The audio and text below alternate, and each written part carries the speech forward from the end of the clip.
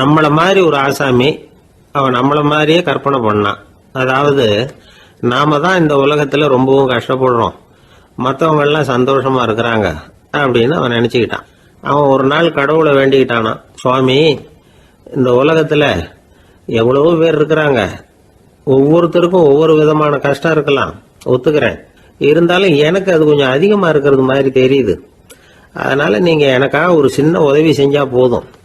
அது வேற ஒண்ணும் இல்ல, என்கிட்ட இருக்கிற துயரங்களை இன்னொருத்தர் யாருகிட்டயாவது கொடுத்துருங்க, அவர்கிட்ட இருக்கிற துயரங்களை என்கிட்ட மாத்தி கொடுத்துருங்க. ஒரு மியூச்சுவல் டிரான்ஸ்பர், அவ்வளவுதான். அப்படி பண்ணிவிட்டா போதும் அப்படின்னு வேண்டிக்கிட்டானா. அன்னைக்கு ராத்திரியே அவன் ஒரு கனவு கண்டிருக்கான். வானத்திலிருந்து ஒரு குரல் கேட்டிருக்கு. அது என்ன சொல்லிச்சு தெரியுமா? ஏ ஜனங்களே, எல்லாரும் அவங்க கஷ்டங்களை ஒரு பையில போட்டு எடுத்துக்குங்க. அப்படி எடுத்துக்கிட்டு நேரா இந்த ஊர் எல்லையில இருக்கிற கோயிலுக்கு வந்து சேருங்க அப்படின்னு அந்த குரல். ஆஹா, கடவுள் நம்ம பிரார்த்தனைக்கு செவி சாய்ச்சுட்டார் அப்படின்னு சந்தோஷப்பட்டான் இவன். உடனே என்ன பண்ணா, தன்கிட்ட இருந்த கஷ்டத்தையெல்லாம் ஒரு சாக்கு பையில போட்டு எடுத்துக்கிட்டான். வீட்டை விட்டு வெளியில வந்தான். தெருவில் இறங்கி நடக்கிறான். அங்க பார்த்தா ஏகப்பட்ட பேர் ஆளுக்கு ஒரு பைய தூக்கிக்கிட்டு கோயிலுக்கு போயிட்டு இருக்கிறாங்க. சில பேர் மூட்டையா கட்டி தலையில சுமந்துக்கிட்டு போயிட்டு இருக்கிறாங்க. இவன் பார்த்தான். இவனுக்கு ரொம்ப ஆச்சரியமா இருந்தது.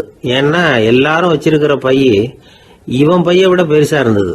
இவன் பை தான் இருக்கிறதுலயே கொஞ்சம் சின்னதா தெரிஞ்சது. இப்ப அவன் மறுபடியும் சாமியை வேண்டிக்கிட்டான், கடவுளே, இப்ப உள்ள சூழ்நிலையை கவனிச்சா என்கிட்ட இருக்கிற பைய பரவாயில்லன்னு தோணுது. அதனால வேற பை எதையும் மாத்த வேணாம், இதுவே பரவாயில்ல, இந்த பையோட திரும்பி வீட்டுக்கு போனா போதும்னு நினைக்கிறேன் அப்படின்னு ஏதோ நினைக்க ஆரம்பிச்சுட்டான் அவன். எல்லாரும் கோயிலுக்கு போய் சேர்ந்தாங்க. கோயில்ல அந்த குரல் மறுபடியும் கேட்டுது. எல்லாரும் அவங்கவுங்க பைகளை சோகத்துல தொங்க விடுங்க, திடீர்னு விளக்குகள் அணையும், மணி அடிக்கப்படும், அதுதான் அடையாளம். அந்த சமயத்துல இருட்டுல உங்களுக்கு வேண்டிய பைய நீங்க மாத்தி எடுத்துக்கலாம், தேர்ந்தெடுத்துக்கலாம். வெளிச்சம் இருக்கிறப்பவே உங்களுக்கு பிடிச்ச பைக்கு பக்கமா பார்த்து நீங்க நின்னுக்கலாம் அப்படின்னு சொல்லி விவரம் சொல்லிச்சான் அந்த குரல். அப்படி சொன்னதுக்கு அப்புறம் திடீர்னு விளக்கு அணைஞ்சுது, மணி அடிச்சுது. கொஞ்ச நேரம் கழிச்சு மறுபடியும் விளக்குகள்லாம் எரிஞ்சுது. இப்போ பார்த்தா எல்லாரும் அவங்கவுங்க பையையே கெட்டியா பிடிச்சிட்டு நிக்கிறாங்க. இவனும் அப்படியே நிக்கிறான். இவன் மெதுவா பக்கத்துல நிக்கிறவங்க கிட்ட கேட்டானா, ஏன் நீங்க பைய கையிலேயே வச்சிருக்கிறீங்க, செவுத்துல மாட்டலையா அப்படின்னு கேட்டிருக்கான். இல்லப்பா, நீ ஏன் கையிலேயே வச்சிருக்கிறியோ அதே காரணத்துக்காக தான் நாங்களும் வச்சிருக்கிறோம். நம்ம கவலைகளை பத்தி நமக்கு ஓரளவுக்காவது தெரியும். ஆனா மற்றவங்க கவலைகள் நமக்கு பரிச்சயம் இல்லாதவை, பழக்கம் இல்லாதது. அதனால நமக்கு தெரிஞ்ச கவலைகளை சமாளிக்கிறது சுலபம். தெரியாததை சமாளிக்கணும்னா மறுபடியும் ஆரம்பத்தில இருந்து ஆரம்பிக்கணும். அதனால பழைய நண்பர்களோட வாழறது தான் மேல் அப்படின்னு ஆனான். அதுக்கப்புறம் அவன் தன்னோட பைய போதும்னு வீட்டுக்கு திரும்பி வந்துட்டானான். இது ஒரு பெரியவர் சொல்லி இருக்கிற கதை. அதனால நம்ம கிட்ட இருக்கிற கஷ்டங்கள் தான் பெருசு, அதை இன்னொருத்தங்கிட்ட கொடுத்துட்டு மாத்திக்கலாம் அப்படின்னு நினைக்கிறது தப்பு. இதே மாதிரி இன்னொரு சம்பவம். ஒரு ஊர்ல ஒரு நாள் ராத்திரி ஆகாயத்திலிருந்து கடவுள் குரல் கேக்குது. இந்த ஊர்ல இருக்கிற ஜனங்கள்லாம் கொஞ்சம் கவனிங்க, உங்களுக்கு ஒரு செய்தி. அதாவது இங்க இருக்கிற ஜனங்கள்லயே கொஞ்சம் கூட கவலையே இல்லாத ஆள் யாருன்னு எனக்கு தெரியணும். அதனால எல்லாரும் அவங்க கவலைகளை ஒரு பையில போட்டு எடுத்துக்கிட்டு கோயிலுக்கு வாங்க அப்படின்னாரு கடவுள். உடனே வரிசையா எல்லாரும் வர ஆரம்பிச்சாங்க. எல்லார் கையிலயும் பை இருந்தது, சின்னதும் பெருசுமா. கவலையே இல்லாத ஆள் யாருன்னு தேடினார் கடவுள். ஒரே ஒரு ஆள் மட்டும் கையில எதுவும் இல்லாம வெறும் கையை வீசிக்கிட்டு ரொம்ப ஜாலியா நடந்து வந்துகிட்டு இருந்தான். கடவுள் அவங்க கிட்ட போனார். ஏப்பா, உனக்கு கவலையே இல்லையா அப்படின்னு கேட்டார். எனக்கும் சில கவலைகள்லாம் உண்டு அப்படின்னு அவன். எங்க அதெல்லாம்னு கேட்டிருக்காரு கடவுள். பின்னாடி லாரியில வந்துகிட்டு இருக்கு அப்படின்னு அவன். ஒரு ஊர்ல ஒரு ஆள் இருந்தான். அவன் ஒரு நாள் கோயிலுக்கு போனான். கடவுள்கிட்ட வேண்டிக்கிட்டான், எனக்கு ஒரு 1,00,000 ரூபா நீ கொடுத்தா நான் உன் சன்னதியில் ஒரு தேங்காய் உடைக்கிறேன் அப்படின்னு வேண்டிக்கிட்டான். கடவுள் பார்த்தார். உடனே அவன் கண் முன்னாடி தோன்றினார். இந்தா நீ கேட்ட 1,00,000 ரூபாய் அப்படின்னு சொல்லி அவன் கையில் பணத்தை கொடுத்துட்டு மறைஞ்சிட்டார். இவனால் நம்பவே முடியல. இவ்வளவு சுலபமாக கிடைக்கும்னு தெரிஞ்சிருந்தா அனாவசியமாக ஒரு தேங்காய் உடைக்கிறேன்னு வேண்டியிருக்க வேண்டியது இல்லையே அப்படின்னு நினச்சான். இருந்தாலும் வேண்டுதலை நிறைவேற்ற வேண்டியது கடமை. அதுக்காக என்ன பண்ணான், பக்கத்தில் ஒரு கடைக்கு போனான். ஒரு தேங்காயை கையில் எடுத்தான். இது என்ன விலைன்னு கேட்டான். 5 ரூபான்னார் கடையில் இருந்தவர். அதிகமாக இருக்குதே விலைன்னா. அப்படின்னா ஒன்று செய்யுங்க, அடுத்த ஊருக்கு போங்க, அங்கே தென்னந்தோப்பு அதிகம், அதனால் அங்கே இதை விட குறைஞ்ச விலைக்கு கிடைக்கும் அப்படின்னார். சரின்னு அடுத்த ஊருக்கு கிளம்புனான். அங்கே போய் விசாரித்தான். ஒரு தேங்காய் 3 ரூபாய் விலைன்னாங்க. இதுவும் அதிகமாக தெரியுதேன்னா. அப்படின்னா ஒன்று செய்ய, அதோ அந்த ஆற்று ஓரமாக ஒரு தென்னை மரம் இருக்கு பார், அதில் நீயே ஏறி பறிச்சுக்கோ, ஒரு தேங்காய்க்கு 1 ரூபா கொடுத்தா போதும் அப்படின்னார் அந்த தோப்புக்கு சொந்தக்காரரு. இவனுக்கு மரம் ஏற தெரியாது, இருந்தாலும் ஆசை யாரை விட்டுது, விலை சல்லிசாக இருக்குதே. ஆற்று ஓரம் போனால் தட்டு தடுமாறி அந்த மரத்தில் ஏறினா அந்த தென்னை மரம் வளைஞ்சி ஆற்று பக்கம் போய் அப்புறம் நிமிர்ந்து இருந்தது. அதாவது மரத்தின் உச்சி சரியாக ஆற்றுக்கு நடுவில் இருந்தது. ஆற்றுல வெள்ளம் கரைபுரண்டு ஓடிக்கிட்டு இருக்கு. இவன் கடவுள் கொடுத்த 1,00,000 ரூபாயை மடியில் வச்சு இறுக்கி கட்டிக்கிட்டான். உச்சிக்கு போய் காய் பறிக்கிற சமயத்தில் காற்று மழையும் பலமாக கலந்து அடிக்க ஆரம்பிச்சுட்டுது. கால் வழுக்கி விட்டுட்டுது. இவன் சடார்னு ஒரு தென்னை மட்டையை பிடிச்சிக்கிட்டு தொங்க ஆரம்பிச்சிட்டான். கீழே பயங்கரமான வெள்ளம், மடியில் 1,00,000 ரூபா பணம், என்ன செய்கிறதுன்னு தவிக்கிறான். இந்த சமயம் கரையில் ஒரு யானை பாகன் யானையை குளிப்பாட்டிக்கிட்டு இருக்கிறான். அது அவன் கண்ணில் பட்டது. ஐயா ஒரு உதவின்னு கத்துனான். அவன் என்ன செய்யணும்னு கேட்டான். உன் யானையை மெதுவாக இங்கே அழைச்சிட்டு வா, எனக்கு நேராக கீழே நிறுத்து, என் காலை பிடிச்சி மெதுவாக கீழே இறக்கி விட்டுரு, என் மடியில் இருக்கிற பணத்தில் உனக்கு 10,000 ரூபா தரேன் அப்படின்னா. அவன் பார்த்தான். காலை கையை பிடிச்சா கூட எவனும் இந்த காலத்தில் 10 ரூபாய்க்கு மேலே தரமாட்டேங்கிறான், இவன் காலை பிடிச்சா 10,000 தர்றேங்கிறான் அப்படின்னு யோசனை பண்ணான். உடனே யானையை கொண்டுட்டு போனான். அவனுக்கு நேராக கீழே நிறுத்தினான். அவன் காலை பிடிச்சான். அவ்வளவுதான். அந்த நேரம் பார்த்து யானை மெதுவாக நடந்து அப்பால் போட்டுது. இப்போ யானை பாகன் அவன் காலை கெட்டியாக பிடிச்சிக்கிட்டு தொங்குறான். பரிதாபமாக மேலே பார்க்குறான். அவன் மட்டையை பிடிச்சிக்கிட்டு தொங்குறான். இப்போ யானை பாகன் சொல்கிறான், தம்பி மட்டையை விட்டுறாத, கெட்டியாக பிடிச்சிக்கோ, நான் உனக்கு 10,000 ரூபா தரேன், இதோ மடியில் தான் வச்சுருக்கேன்னா. மேலே தொங்குறவனுக்கு இந்த நிலைமையிலேயும் ஒரு சந்தோஷம், மேற்கொண்டு ஒரு 10,000 ரூபா நமக்கு கிடைக்கும் போல இருக்கே அப்படின்னு. இந்த சமயத்தில் ஒருத்தன் ஒட்டகத்தை ஓட்டிகிட்டு வந்தான் அந்த பக்கமாக குளிப்பாட்டுறதுக்கு. யானை பாகம் பார்த்துட்டான். ஐயா ஒட்டகக்காரரே, அதை இங்கே கொண்டுட்டு வா, எங்கள் காலை பிடிச்சி பத்திரமா இறக்கி விடு, நாங்கள் பணம் கொடுக்குறோம்னா. அவனும் பணத்துக்கு ஆசைப்பட்டு வந்தான். அவன் காலை பிடிக்கிற சமயம் ஒட்டகமும் நழுவி போட்டுது. இப்போ 3 பேருமே வரிசையாக தொங்குறாங்க. ஒட்டகக்காரன் கத்துறான், தம்பி மட்டையை விட்டுறாத, கெட்டியாக பிடிச்சிக்கோ, நான் என் மடியில் இருக்கிற 5,000 உனக்கு தந்துடுறேன்னா. மேலே தொங்குறவனுக்கு இன்னமும் சந்தோஷம், இவனும் பணம் தர்றேங்கிறான் அப்படின்னா இன்றைக்கி நமக்கு மொத்த பண வரவு எவ்வளவு அப்படின்னு ஒவ்வொன்றா கூட்டி பார்க்க ஆரம்பித்தான். மனக்கணக்கு சரியாக வரல. அதனால் அப்படியே விரலை விட்டு எண்ண ஆரம்பித்தான். அவ்வளவுதான். மட்டையை விட்டுட்டு கை நழுவி வந்துட்டுது. 3 பேரும் பொத்துன்னு ஆற்றுல விழுந்தாங்க. படாத பாடுபட்டு தட்டு தடுமாறி கரைக்கு வந்து சேர்ந்தாங்க. 3 பேர் மடியில் இருந்த பணமும் ஆற்றோட போட்டுது. பேராசை பெருநஷ்டம் அப்படின்னு ஒரு பழமொழி இருக்குல்ல, அதை விளக்கறதுக்காக சொல்லப்பட்ட கதை இது. இந்த காலத்தில் ஒருத்தர் ஒரு நீச்சல் குளத்தில் நீச்சல் அடிச்சுக்கிட்டு இருக்கிறார். காவலுக்கு இருந்தவர் அதை கவனிச்சுட்டார். கரையிலேருந்து சத்தம் போட்டாராம், இதோ பாருங்க, இங்கே ராத்திரி 8 மணிக்கு மேலே நீச்சல் அடிக்கிறது சட்டப்படி குற்றம், அதுக்கு அனுமதி கிடையாது, தெரியாதா உங்களுக்கு அப்படின்னாராம். இதுக்கு அவர், ஐயையோ நான் நீச்சல் அடிக்க வந்தவன் இல்லைங்க, சும்மா சுற்றி பார்க்க வந்தவன், தடுமாறி குளத்தில் விழுந்துட்டேன், நீச்சல் தெரியாது, அதனால் தத்தளிச்சுக்கிட்டு இருக்கிறேன் அப்படின்னு கத்துனாராம். கரையில் இருந்தவர் பார்த்தார். ஓ அப்படின்னா சரி, அதுக்கு ஒன்றும் தடை இல்லை அப்படின்னு சொல்லிவிட்டு அவர் பாட்டுக்கு நடந்து போயிட்டாராம். ஒரு பெரிய அரசன் இந்த உலகம் பூராவையும் ஆண்டுகிட்டு இருந்தான். ரொம்ப காலம் அப்படி அரசாட்சி பண்ணிக்கிட்டு இருந்தான். திடீர்னு அவனுக்கும் சில எதிரிகள் முளைச்சாங்க. அவங்கெல்லாம் ஒன்று சேர்ந்து இவனை தோற்கடிச்சுட்டாங்க. தோற்று போனதும் இவனுக்கு பயம் வந்துட்டுது, எங்கே எதிரிகள் நம்ம கொண்டுடுவாங்களோ அப்படின்னு. வெளியில் வந்தால் தனக்கு ஆபத்துன்னு பயந்துக்கிட்டு யாருக்கும் தெரியாமல் ஒரு குகைக்குள்ளே போய் பதுங்கி கிடக்கிறான். நிலைமையை பாருங்கள். முதல் நாள் அரண்மனையில் அதிகாரம் பண்ணிக்கிட்டு இருந்தவன் மறுநாள் குகையில் பயந்து போய் பதுங்கி கிடக்கிறான். ராத்திரி நேரம் வந்தது, பசி வயத்தை கிள்ளுது, பிச்சை எடுத்து சாப்பிட வேண்டிய நிலைமை. பிச்சை எடுக்கிறதுக்கு பாத்திரம் வேணுமே, என்ன பண்ணுறது அப்படின்னு அங்கேயும் இங்கேயும் பார்க்குறான். ஒரு மூலையில் யாரோ விட்டுட்டு போன ஒரு ஓடு கிடக்குது. அதை எடுத்துக்கிட்டு புறப்பட்டான். இருட்டில் வழி புரியல. ஏதோ ஒரு யூகத்தில் காலை மெதுவாக எடுத்து வச்சு நடந்து போயிட்டுருக்கிறான். வழியில் ஒரு கருப்பு நாய் படுத்து கிடந்தது. இருட்டில் அவன் இது கண்ணுக்கு சரியாக தெரியல. அவனுக்கு தவறி போய் காலை வச்சுட்டான். அது மேலே நாய் சும்மா இருக்குமா, வள்ளுன்னு விழுந்து கடிச்சு விட்டுது. காலை பார்க்குறான், காலத்தையும் நினச்சி பார்க்குறான். அரண்மனையில் வந்து வீரக்கழல் அணிந்த காலை உடைய மன்னா அப்படின்னு புகழ்வாங்களே புலவர்கள்லாம். ஆனால் அது இன்னைக்கு நாய் கடித்த காலம் ஆயிட்டுதே அப்படின்னு நினைக்கிறான். அது மட்டும் இல்லை, முன்னாடியெல்லாம் பொற்கிண்ணங்களில் தான் அவன் சாப்பிடுவான். ஆனால் இப்போது உடஞ்சி போன ஓட்டு, அது ஓட்டை வந்து கையில் வச்சுக்கிட்டு நிற்கிறான். அதில் ஏதாவது யாராவது சாப்பாடு போடுவாங்களான்னு. முன்னாடியெல்லாம் நிறைய பேர் அரண்மனைக்கு வருவாங்க. அரசருக்கு காணிக்கைன்னு சொல்லி இவன் காலடியில் கொண்டாந்து கொட்டுவாங்க. அப்போல்லாம் இவன் அந்த ஜனங்களுடைய முகத்தை திரும்பி கூட பார்க்கறதில்ல, ரொம்ப கர்வமாக உட்காந்துருப்பான். அதே ஆள் இன்றைக்கி எல்லார் கண்ணுலேயும் படுறது மாதிரி பிச்சை எடுத்துக்கிட்டு இருக்கிறான். அப்போலாம் காணிக்கைகளை வந்து தன்னுடைய கையால் வாங்கிறது தனக்கு கௌரவ குறைச்சல்னு நினச்சி தன்னுடைய வேலைக்காரங்களை விட்டு தான் அதை வாங்க சொல்லுவான். இப்போ பார்த்தீங்கன்னா அவனே தன் கையாலேயே பிச்சை வாங்குறான். நினச்சி பாருங்கள், அந்த மனுஷன் நாள் அரசன், மறுநாள் பிச்சைக்காரன், எவ்வளோ வித்தியாசம். செல்வம் தான் இப்படி ஒரு வித்தியாசம் ஏற்படுறதுக்கு காரணம். அப்படிப்பட்ட செல்வம் வாழ்க்கையை நடத்துறதுக்கு நமக்கு தேவை தான். ஆனால் அதையே நாம் அடைய வேண்டிய பயனாக நினைக்கிறோம் பாருங்கள், அதுதான் வேடிக்கை. இதை வந்து நம்மாழ்வார் அழகாக ஒரு பாசுரத்தில் சொல்கிறார். ஒரு நாயகமாய் ஓட உலகுடன் ஆண்டவர், கருணாய் கவர்ந்த காலர், சிதைகிய பானையர், பெருநாடு காண இம்மையிலே பிச்சைதாம் கொள்வர், திருநாரணன் தாழ் காலம் பெற சிந்தித்து உய்மினோ அப்படிங்கிறார் நம்மாழ்வார்.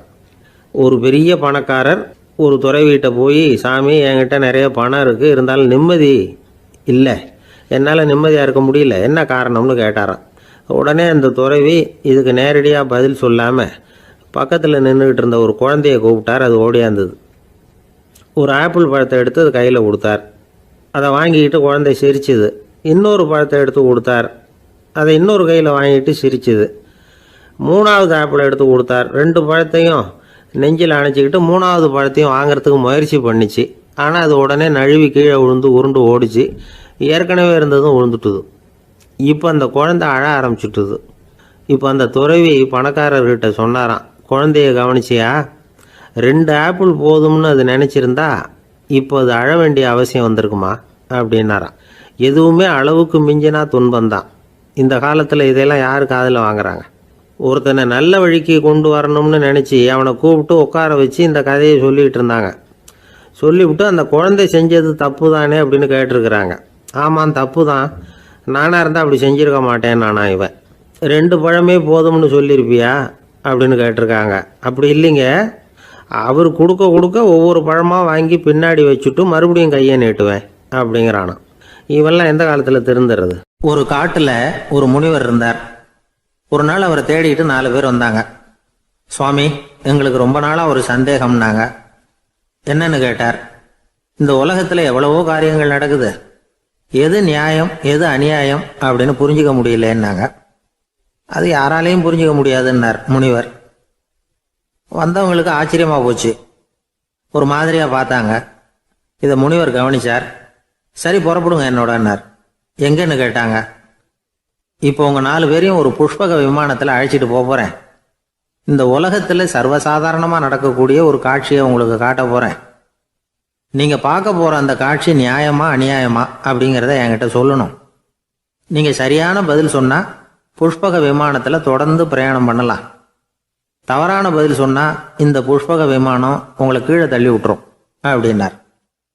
4 பேருக்கும் பயம்தான், இருந்தாலும் முனிவர் கூப்பிடுறாரு அப்படின்னு சொல்லி புறப்பட்டாங்க.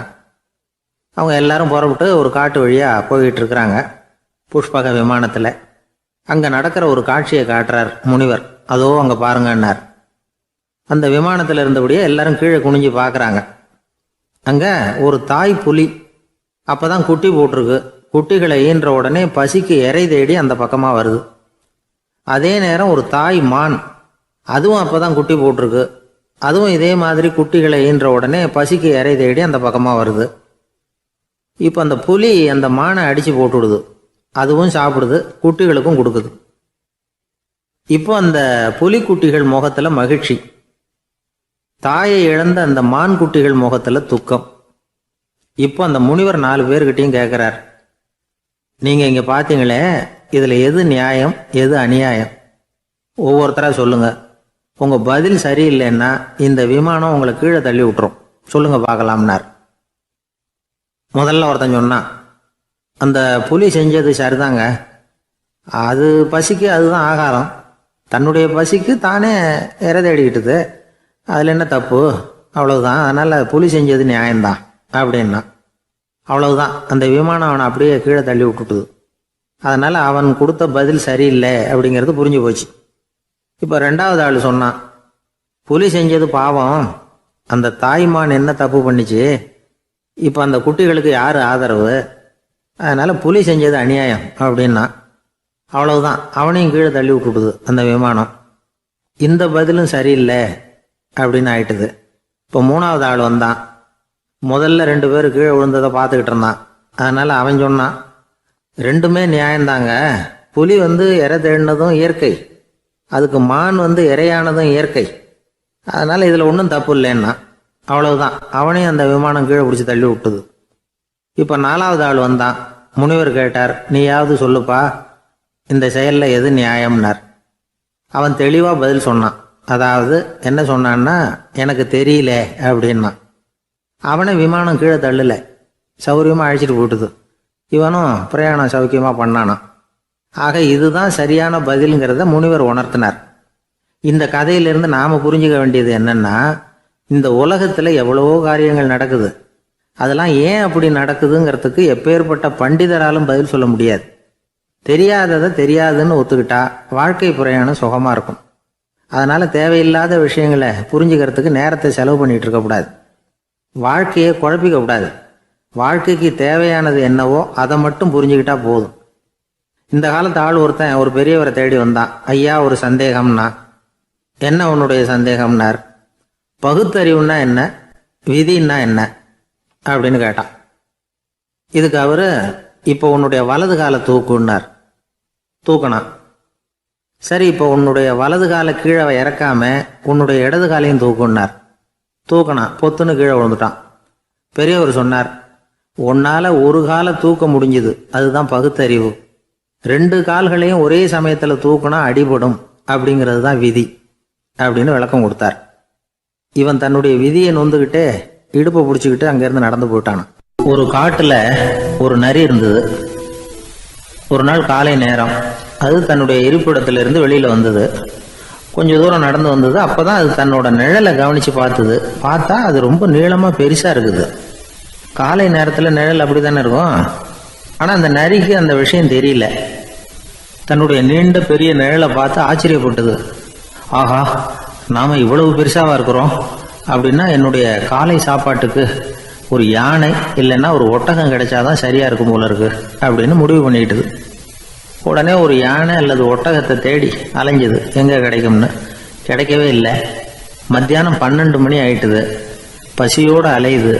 இப்போ தன்னோட நிழலை பார்த்தது. அது மத்தியான நிழல் எப்படி இருக்கும், அது ரொம்பவும் குறுகி போய் தெரிஞ்சுது. உடனே அந்த நரி என்ன நினச்சிக்கிட்டு தான் தெரியுமா, காலை ஆகாரம் சாப்பிடாததுனால நம்ம உடம்பு இப்படி அழிச்சு போட்டுதே அப்படின்னு நினச்சிக்கிட்டு தான். கொஞ்ச நேரம் கழித்து மறுபடியும் தன்னுடைய நிழலை பார்க்குது. அது இன்னமும் குறுகி போய் காலடியிலே வந்துட்டுது. அதுக்கு பயமாக போயிடுது. ஐயையோ, இன்னும் கொஞ்சம் நேரத்தில் நாம் இறந்துருவோம் போல இருக்க, இப்போ என்ன செய்யறது? இந்த சமயத்தில் ஒரு எறும்பு கிடைச்சா கூட போதும், அதை நம்ம காலை ஆகாரமாக நினச்சி சாப்பிட்டுள்ளாமே அப்படின்னு நினச்சிதான். நம்முடைய நிழல் கூட நம்மளை மாதிரியே தான் அடிக்கடி மாறிக்கிட்டே தான் இருக்குது. அது எப்பவும் ஒரே மாதிரி இருக்கிறது இல்லை. மனிதனுக்கு ஏற்படுகிற தன்முனைப்பு இருக்கு பாருங்க, ஈகோ, அது கூட ஒரு நிழல் மாதிரி தானா. அப்படி நினைக்க ஆரம்பிச்சுட்டா அதனால ஏதும் பிரச்சனை வராதான். தன்முனைப்பை நிழல் போலவே ஏற்றுக்கொள்ளுங்கள் அப்படிங்கிறது பெரியவங்க கருத்து. ஒரு காரியத்தை வெற்றிகரமாக நல்ல விதமாக செஞ்சு முடிக்கிறோம்னு வச்சுக்கோங்க, அந்த சமயத்தில் ஒரு வித நுட்பமான தற்பெருமை நமக்குள்ள உண்டாகுது. இது இயற்கையானது, அதனால இது மேலே பற்று வைக்கக்கூடாது. அப்படி வைக்க ஆரம்பிச்சுட்டா அந்த தற்பெருமை ஒரு நிரந்தர விருந்தாளியாக நம்மகிட்ட தங்கிக்கும். நம்ம நிழல் எப்படின்னு பாருங்க, நாம் நடக்கும் பொழுது நம்ம பின்னாடியே வரும். தன்முனைப்பையும் அப்படியே நினச்சிக்கோங்க. நிழல் யாருக்கும் எந்த பிரச்சனையையும் உண்டாக்குறது இல்லை. ஆனால் அந்த நிழலை கண்டே நாம் பயப்பட ஆரம்பிச்சுட்டா நாம் எதுலேயும் வெற்றி காண முடியாது. நிழலோட சண்டை போடக்கூடாது. அது மாதிரி தன்முனைப்போடவும் நாம் சண்டை போட வேண்டியதில்லை. இல்லாத ஒன்றோடு சண்டை போடுறது எப்படின்னா, அது இருட்டோட சண்டை போடுறது மாதிரி. நாம் நிழல் கிடையாது, நம்மகிட்ட இருக்கிற தன்முனைப்பு ஒரு நிழல். நம்ம நிழலையும் நமக்கு சமமா பார்க்குறோம் பாருங்க, அங்கதான் சிக்கலே ஆரம்பம். இப்போ நாம நடந்து போய்கிட்டு இருக்கிறோம், நம்ம நிழல் வந்து தரையில விழுது. யாரோ ஒருத்தர் நம்ம நிழல் மேல காலை வச்சு நடந்து போறார். உடனே அவர்கிட்ட சண்டைக்கா போறோம், ஏண்டா என் நிழலை மிதிச்ச அப்படின்னு. நமக்கு தெரியும் அது நிழல் தாங்கிறது. அவர் உங்க மேல நடக்கல, உங்களுடைய நிழல் மேலதான் நடக்கிறார். அது மாதிரி உங்க தன்முனைப்பின் மேல யாராவது நடந்தா உங்களை அவமானப்படுத்துறதா நினைக்கிறீங்க.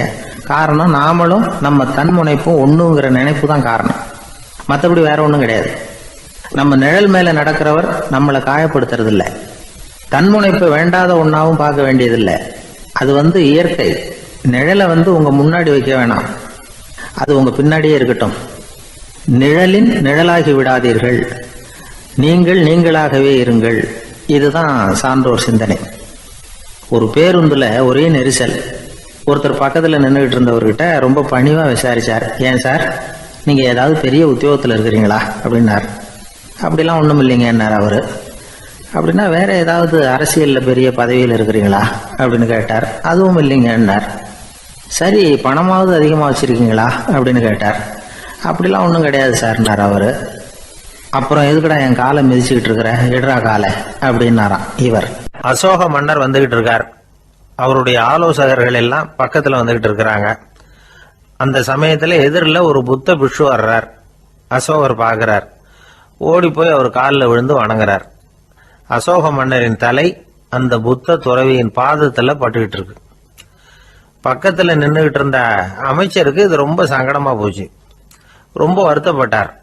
நம்ம அசோக சக்கரவர்த்தி எப்பேற்பட்டவர், அவரோட தலை ஒரு சன்னியாசியின் பாதத்துல படுறதா அப்படின்னு நினைச்சு ரொம்ப கவலைப்பட்டார். அரண்மனைக்கு திரும்பினதும் அமைச்சர் மெதுவா ஆரம்பிச்சார், அரசே எனக்கு ரொம்ப வருத்தமா இருக்குது அப்படின்னார். எதுக்குன்னார் மன்னர்.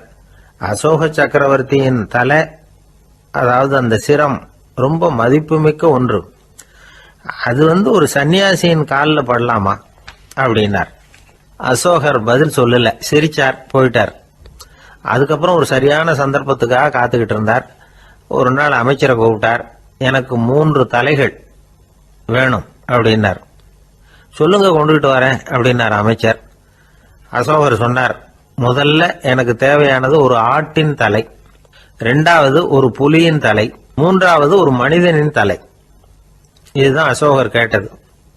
எங்க இருந்தாலும் கொண்டு வாங்கன்னார். அமைச்சர் புறப்பட்டார். ஆட்டுத்தலை புலி தலை கிடைச்சிட்டுது. அப்புறமா ஒரு சுடுகாட்டுக்கு போய் ஒரு மனித தலையும் சேகரம் பண்ணிட்டு ராஜா கிட்ட வந்துட்டார். அரசே, உங்கள் ஆணைப்படி 3 தலைகளையும் கொண்டு வந்திருக்கிறேன்னார். அசோகர் பார்த்தார், ரொம்ப நல்லது, இப்ப இது 3ஐயும் எடுத்துக்கிட்டு போய் சந்தையில வித்துட்டு வாங்க அப்படின்னார். அமைச்சர் அதுகளை எடுத்துக்கிட்டு சந்தைக்கு போனார். முதல்ல ஆட்டுத்தலை நல்ல விலைக்கு வித்து போச்சு, நல்ல விலை கொடுத்து வாங்கிட்டு போட்டாங்க. அடுத்தபடியா புலி தலைய ஒருத்தர் வாங்கிட்டார். அதை பாடம் பண்ணி வீட்டுல மாட்டி வைக்கலாமே அப்படின்னு நினைச்சு அதையும் வாங்கிட்டு போட்டார். மனித தலையை மட்டும் வாங்கறதுக்கு யாரும் முன் வரல. எல்லாரும் அதை பார்த்துட்டு விலைக்கு போக ஆரம்பிச்சாங்க. அமைச்சர் திரும்பி வந்தார். அரசே, இந்த தலையை மட்டும் யாரும் வாங்க மாட்டேங்கிறாங்க அப்படின்னார். சரி, பரவாயில்ல, இதை வந்து இலவசமாவே இனாமாவே யாருக்கிட்டையாவது கொடுத்துட்டு வந்துருங்க அப்படின்னார். அமைச்சர் மறுபடியும் சந்தைக்கு போனார். இதை இலவசமா தரேன், இதை வாங்கிக்கோங்க அப்படின்னார். அப்பவும் அதை யாரும் வாங்கிக்கிறதுக்கு தயாரா இல்லை. மறுபடியும் திரும்பி வந்து மன்னர்கிட்ட விவரத்தை சொன்னார். இப்போ மன்னர் சொல்றார், அமைச்சரே, உயிர் இருக்கிற வரைக்கும் தான் இந்த தலைக்கு மதிப்பு. ஜீவன் போனதுக்கு அப்புறம் அதோட மதிப்பும் போயிடுது. அதனால மதிப்பு இருக்கும் பொழுதே பெரியவர்கள் பாதம் பணிந்து அந்த புனிதத்தை வந்து பெற்றுக்கொள்ளணும் அப்படின்னார். பணிவுங்கிறது வேற, அடிமைத்தனம்ங்கிறது வேற. பெரியவர்களை பணிவது நமக்கு பெருமை தரக்கூடிய விஷயம்.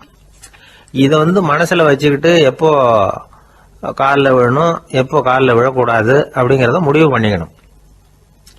ஒரு சாதாரண ஆள் நடந்து வந்துகிட்டு இருந்தார். எதிரில் வந்த ஒரு பெரிய மனுஷன் ஓடி போய் அவர் காலில் விழுந்து தன்னுடைய தலையை அவர் பாதத்தில் கொண்டு போய் வச்சார். கொஞ்ச நேரம் கழிச்சு எழுந்திரிச்சு வந்துட்டார்.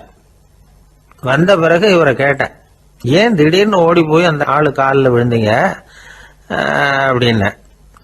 அவர் போட்டிருக்கிறது என்னோட காணாம போன செருப்பான்னு கண்டுபிடிக்கிறதுக்காக அப்படி விழுந்தேன் அப்படின்னார். ஒரு நாள் ஒரு 10-15 பள்ளிக்கூடத்து பிள்ளைங்க தேடிட்டு வந்தாங்க. உங்களை பார்த்துட்டு தான் போகணும், அதுக்காக தான் வந்திருக்கோம்னாங்க. என்ன விஷயம்னு கேட்டோம். நாங்கள்லாம் கூடி ஒரு முடிவு பண்ணியிருக்கிறோம், அதை உங்ககிட்ட சொல்லணும் அப்படின்னாங்க. அதுவும் ஒரு வாண்டு பையன் அதை சொன்னான். என்ன முடிவு அது அப்படின்னு கேட்டோம் ரொம்ப ஆர்வமாக. அதை இப்போ சொல்ல மாட்டோம், எங்களுக்கு பிடிக்கிற மாதிரி ஏதாவது ஒரு தகவல் சொன்னால் அதுக்கப்புறம் நாங்கள் அதை சொல்கிறோம் அப்படின்னா அந்த வாண்டு பையன். சரி, சின்ன பையன்கிட்ட இன்றைக்கி வசமாக மாட்டிக்கிட்டோம் அப்படின்னு நினச்சிக்கிட்டு அவங்களுக்கு தகுந்த மாதிரி ஒரு கதை சொல்ல ஆரம்பித்தோம். அது என்ன கதைன்னா, ஒரு பெரிய காடு, அதில் பலவிதமான மிருகங்கள். அந்த காட்டுக்கு ஒரு சிங்கம் தான் ராஜா. எப்பவும் காட்டுக்கு அது தானே ராஜா. ஒரு பெரிய யானைக்கு இது பொறுக்கலை. என்ன இது, எப்போ பார்த்தாலும் இங்கே சிங்கத்துக்கே ராஜா பதவி கிடைக்கிது, நான்லாம் எவ்வளவு பலசாலியாக இருக்கிறேன், அப்படி இருந்தும் எனக்கு அந்த பதவி கிடைக்கலையே அப்படின்னு தனக்குள்ளே பொறுமிக்கிட்டே இருந்தது. ராஜா பதவியை நினச்சி ரொம்ப ஏக்கம், அதுக்கு பதவி மோகம். இந்த சமயம் பார்த்து ஒரு குள்ள நரி கூட்டம் அதை தேடிட்டு வந்தது. ஐயா பெரியவங்களே, நீங்கள் இந்த காட்டுக்கு ராஜாவாக இருக்க ஆசைப்படுறீங்க, அதில் ஒன்றும் தப்பு இல்லை. ஆனால் அதுக்கு முன்னாடி நீங்கள் எங்கள் கூட்டத்துக்கு கொஞ்ச நாள் தலைவராக இருங்க, அதாவது ராஜாவாக இருங்களேன், உங்களுக்கும் ஒரு ட்ரைனிங் கிடைச்சது மாதிரி இருக்கும் அப்படின்னு சொல்லியிருக்குது இந்த கூட்டம், குள்ள நெறி கூட்டம். இதை கேட்ட உடனே யானைக்கு ரொம்ப சந்தோஷம் தாங்கலை. அதுதான் எப்போன்னு பதவிக்காக காத்துக்கிட்டு இருக்குதே. இருந்தாலும் கொஞ்சம் பிகுவோட, சரி நீங்கள்லாம் இவ்வளோ தூரம் என்னை தேடிட்டு வந்து கேட்கறதுனால மறுக்க முடியல அப்படின்னு ரொம்ப ஏதோ அவளுக்கு சிரமப்பட்டு ஒத்துக்கிறது மாதிரி ஒத்துக்கிட்டது. ஏதோ உங்கள் ஆசைக்கு கட்டுப்படுறேன், கொஞ்ச நாள் உங்கள் கூட்டத்துக்கு ராஜாவாக இருக்கிறதுக்கு சம்மதிக்கிறேன் அப்படின்னுது. உடனே அந்த யானை ராஜ நட போட ஆரம்பிச்சிட்டுது. யானை சாதாரணமாக நடந்தாவே எப்படி இருக்குங்கிறது நமக்கு தெரியும். அதுவே ராஜ நடந்தால் எப்படி இருக்கும் கற்பனை பண்ணி பாருங்கள். யானை முன்னாடி கம்பீரமாக போய்கிட்டு இருக்குது, தலைவர் இல்லையா, அதனால் குள்ள நரிகள்லாம் ரொம்ப அடக்கமாக அது பின்னாடி அணிவகுத்து போயிட்டு இருக்குது. ராஜா வாழ்க, மன்னர் வாழ்க அப்படின்னு கோஷம் வேற. யானைக்கு தலைகால் புரியல, அவ்வளவு சந்தோஷம். அந்த யானைக்கு செருக்கு ஆணவம் எல்லாம் ஏற்பட்டு போச்சு. அதுக்கப்புறம் அது தரையை பார்க்குமா, நிமிர்ந்து நடக்க ஆரம்பிச்சுட்டுது. தரையை பார்க்குறதே இல்லை. அப்படி போயிட்டுருக்கிறப்போ ஒரு சதுப்பு நிலத்தில் திடீர்னு காலை வச்சுட்டுது. அவ்வளோதான், கால் உள்ளே போட்டுது. இன்னொரு காலை எடுத்து வச்சுது, அதுவும் உள்ளே போட்டுது. அந்த 2 காலையும் எடுக்கிறதுக்காக அடுத்த 2 காலையும் அழுத்திச்சு, அதுவும் உள்ளே போக ஆரம்பிச்சுட்டுது. இப்போ 4 காலம் வசமாக சேத்துல அழுந்தி போச்சு, எடுக்க முடியல. குள்ள நரிகள்லாம் அதை சுற்றி வந்தது. சிலது சுற்றி நின்று டான்ஸ் ஆட ஆரம்பிச்சுட்டுது யானையை பார்த்துட்டு. இதை யானை பார்த்தது. என்ன இது, தலைவர் நான் தவிச்சிக்கிட்டு இருக்கிறேன், தொண்டர்கள்லாம் சுற்றி நின்று வேடிக்கை பார்த்துக்கிட்டு இருக்கிறீங்க, டான்ஸ் ஆடுறீங்க அப்படின்னு கேட்டுதான். தொண்டர்களே, தலைவர் நான் தவிச்சிக்கிட்டு இருக்கிறது உங்களுக்கு தெரியலையா? இப்போ உடனே உங்கள் தலைவரை காப்பாற்ற வேண்டியது உங்கள் கடமை இல்லையா அப்படின்னு கத்துச்சான் அந்த யானை. குள்ள நரிகளில் ஒன்று முன்னாடி நின்று அந்த யானையை பார்த்து தான், தலைவரே எங்களுக்கு ரொம்ப நாளாக ஒரு ஆசை, அந்த ஆசையை நிறைவேற்றிக்கிறதுக்காகத்தான் உங்களை எங்கள் தலைவராக ஏற்றுக்கிறோம்னு சொன்னோம் அப்படின்னு தான். என்ன ஆசைன்னு கேட்டிருக்கு யானை.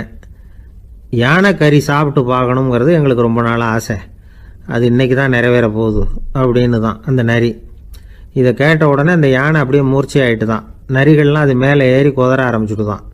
பதவி மேலே இருந்த பேராசை அந்த பலசாலியான யானையையே மாட்டி விட்டுட்டுது பார்த்தீங்களா அப்படின்னு சொல்லி முடித்தோம் இந்த கதையை அந்த சின்ன பிள்ளைங்கக்கிட்ட. சரிங்க, இப்போ நாங்கள் உங்களை தேடி வந்த விஷயம் என்னங்கிறத சொல்லவா அப்படின்னா ஒரு வாண்டு பையன். சீக்கிரம் சொல்லு தம்பி, சஸ்பென்ஸ் தாங்கலை அப்படின்னோம். அவன் மெதுவாக எங்களை பார்த்து சொல்கிறான், எங்களுக்கு கொஞ்ச நாள் நீங்கள் தலைவராக இருந்தால் தேவலை அப்படின்னா. ஒரு ஊரில் ஒரு பெரியவர் இருந்தார். ஒரு நாள் அவரை தேடி ஒருத்தர் வந்தார். ஐயா, நான் கடவுளை பரிபூர்ணமாக நம்புகிறேன் அப்படின்னார். சரி, அந்த நம்பிக்கை உனக்கு எப்படி வந்ததுன்னு கேட்டார் இவர். அவர் சொல்ல ஆரம்பித்தார், ஐயா எனக்கு கல்யாணம் ஆகி 10 வருஷம் ஆச்சு, ஆனாலும் குழந்தை பாக்கியம் இல்லை. அதுக்கு என்ன காரணமாக இருக்கும்னு நான் யோசனை பண்ணிகிட்டு இருந்தப்போ நண்பர் ஒருத்தர் ஒரு ஆலோசனை சொன்னார். உனக்கு மதப்பற்று இல்லை, எந்த கடவுளையுமே நம்ப மாட்டேங்கிற, அதுதான் காரணம். கடவுளை நம்பு, உனக்கு குழந்தை பாக்கியம் கிடைக்கும் அப்படின்னார். அவர் அப்படி சொன்னாரே தவிர எனக்கு சந்தேகம்தான். இருந்தாலும் அவர் சொன்னபடியும் நடந்து தான் பார்ப்போமே அப்படின்னு முடிவு பண்ணேன். கடவுளை நம்ப ஆரம்பித்தேன். அந்த வருஷமே அழகான ஆண் குழந்தை பிறந்தது. எல்லாம் இறைவன் அருள் அப்படின்னார். இவர் இப்படி சொன்னதை கேட்டதும் அந்த பெரியவர் சொன்னார், நீ சொல்றதெல்லாம் சரிதான், இருந்தாலும் இந்த காலத்தில் எந்த ஒரு காரியமாக இருந்தாலும் அதை சோதனை செஞ்சு பார்த்துட்டு தான் ஒரு முடிவுக்கு வந்து சேர முடியும். அறிவுபூர்வமான முடிவு அதுவாக தான் இருக்கும். அறிவியல் சோதனைகள் அப்படித்தான். ஒரு குறிப்பிட்ட விஷயத்தை பற்றி எத்தனை தடவை சோதனை பண்ணாலும் ஒரே முடிவு தான் கிடைக்கணும். அதுதான் சரியாக இருக்கும். அதனால் இப்போ மறுபடியும் ஒரு சோதனைன்னார். என்ன செய்யணும் அப்படின்னு கேட்டார் இவர். கடவுள்கிட்ட ஒரு பெண் குழந்தை வேணும்னு கேளு. முதல்ல ஆண் குழந்தையை கொடுத்தது மாதிரியே இப்போ ஒரு பெண் குழந்தையையும் கொடுக்குறாரா பார்க்கலாம் அப்படின்னார். சரின்னு சொல்லி இவர் அதே மாதிரி முயற்சி பண்ணினார். அதுக்கப்புறம் அவர் இந்த பெரியவர்கிட்ட வரவே இல்லை. கொஞ்ச காலம் கழித்து இவரே அவரை தேடிக்கிட்டு போய் கதவை தட்டினார். அவர் கதவை திறந்தார். என்ன ஆச்சு, கடவுள் கண் திறந்தாரா அப்படின்னு கேட்டார். அவர், அந்த சமாச்சாரம்லாம் நமக்கு வேணாம் சார். முதல் தடவை அது ஏதோ தற்செயலாக ஏற்பட்ட ஒரு சாதகம். இப்போ நீங்கள் 2வது தடவை சொன்ன பிறகு தினமும் கடவுளை வேண்டிக்கிட்டு தான் இருக்கிறேன், ஒன்றும் நடக்கலை அப்படின்னார் ரொம்ப விரக்தியா. ஒரே ஒரு தோல்வியில் உங்கள் நம்பிக்கையெல்லாம் பறந்து போயிடுது பார்த்தீங்களா அப்படின்னார் அந்த பெரியவர். எல்லாம் நல்ல விதமாக நடக்கிற வரைக்கும் நம்பிக்கை, எதிர்பார்த்தது தோல்வியில் முடிஞ்சுட்டுதுன்னா அவநம்பிக்கை. மற்றவர்கள் பேரில் வைக்கிற நம்பிக்கை எந்த நேரத்திலையும் விவகாரமாகி விடக்கூடிய சாத்தியம் உண்டு. நாம் நம்பிக்கை வைக்க வேண்டியது நம்ம கிட்ட தான். நமக்குள்ளே இருக்கிறார் கடவுள். எனவே நம்ம பேரில் நாம் வைக்கிற நம்பிக்கை தான் உண்மையான கடவுள் பக்தி. நிபந்தனையற்ற நம்பிக்கையாக அது இருக்கணும். எல்லாம் நல்லபடியாக நடந்துக்கிட்டு இருந்தால் எந்த முட்டாளுக்கும் நம்பிக்கை வரத்தான் செய்யும் அப்படிங்கிறது ஒரு பெரியவர் கருத்து. தியானத்தின் மூலமாக தான் உனக்குள்ள ஆழமாக தோண்டுனா உன்னுடைய அடி ஆழத்தில் நம்பிக்கை அப்படி ஊற்றெடுக்கும், அதை பார்க்க முடியும் அப்படிங்கிறது பெரியவர்கள் சிந்தனை. ஒரு குழந்தை அப்பாவை பார்த்து என்னப்பா பண்ணுறேன்னு கேட்டுதான். பிரார்த்தனை பண்ணிட்டு இருக்கிறேன்னாராம் அப்பா. பிரார்த்தனை பண்ணுனா என்ன கிடைக்கும் அப்படின்னு கேட்டுதான் குழந்தை. எல்லாம் கிடைக்கும் அப்படின்னாராம் அப்பா. நீ வச்சிருக்கிறிய பேனா அது கூட கிடைக்குமான்னு கேட்டுதான் குழந்தை. ஓ, கிடைக்குமேன்னு இருக்கார். அப்படின்னா அந்த பேனாவை என்கிட்ட கொடுத்துரு, நீ பிரார்த்தனை பண்ணி வேற பேனா வாங்கிக்கோ அப்படின்னு தான் அந்த குழந்தை.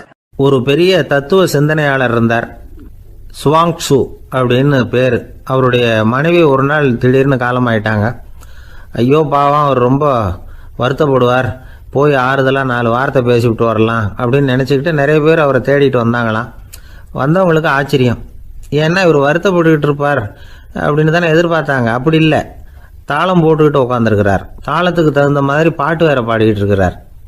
என்ன மனுஷன் அவர், கொஞ்சம் கூட கவலை இல்லாமல் இப்படி இருக்கிறாரு அப்படின்னு நினச்சாங்க. ஒருத்தர் துணிஞ்சு அவர்கிட்ட கேட்டுவிட்டார், என்னங்க இது இப்படி அப்படின்னு. அதுக்கு அவர் என்ன சொன்னார் தெரியுமா? இதை பாருங்க, என்னுடைய மனைவி பிறக்கிறதுக்கு முன்னாடி அவளுக்கு உயிரும் கிடையாது, உடலும் கிடையாது. அதுக்கு பிறகு தான் உயிர் வந்தது, உடல் வந்தது, அந்த உருவம் வந்தது. இப்போ என்ன ஆச்சு, அந்த உருவமும் உயிரும் போயிட்டுது, அவ்வளவுதானே. வந்தது போயிட்டுது.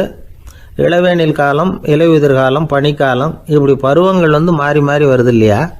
அது மாதிரி பிறப்பும் இறப்பும் மாறி மாறி வருது. இது இயற்கை.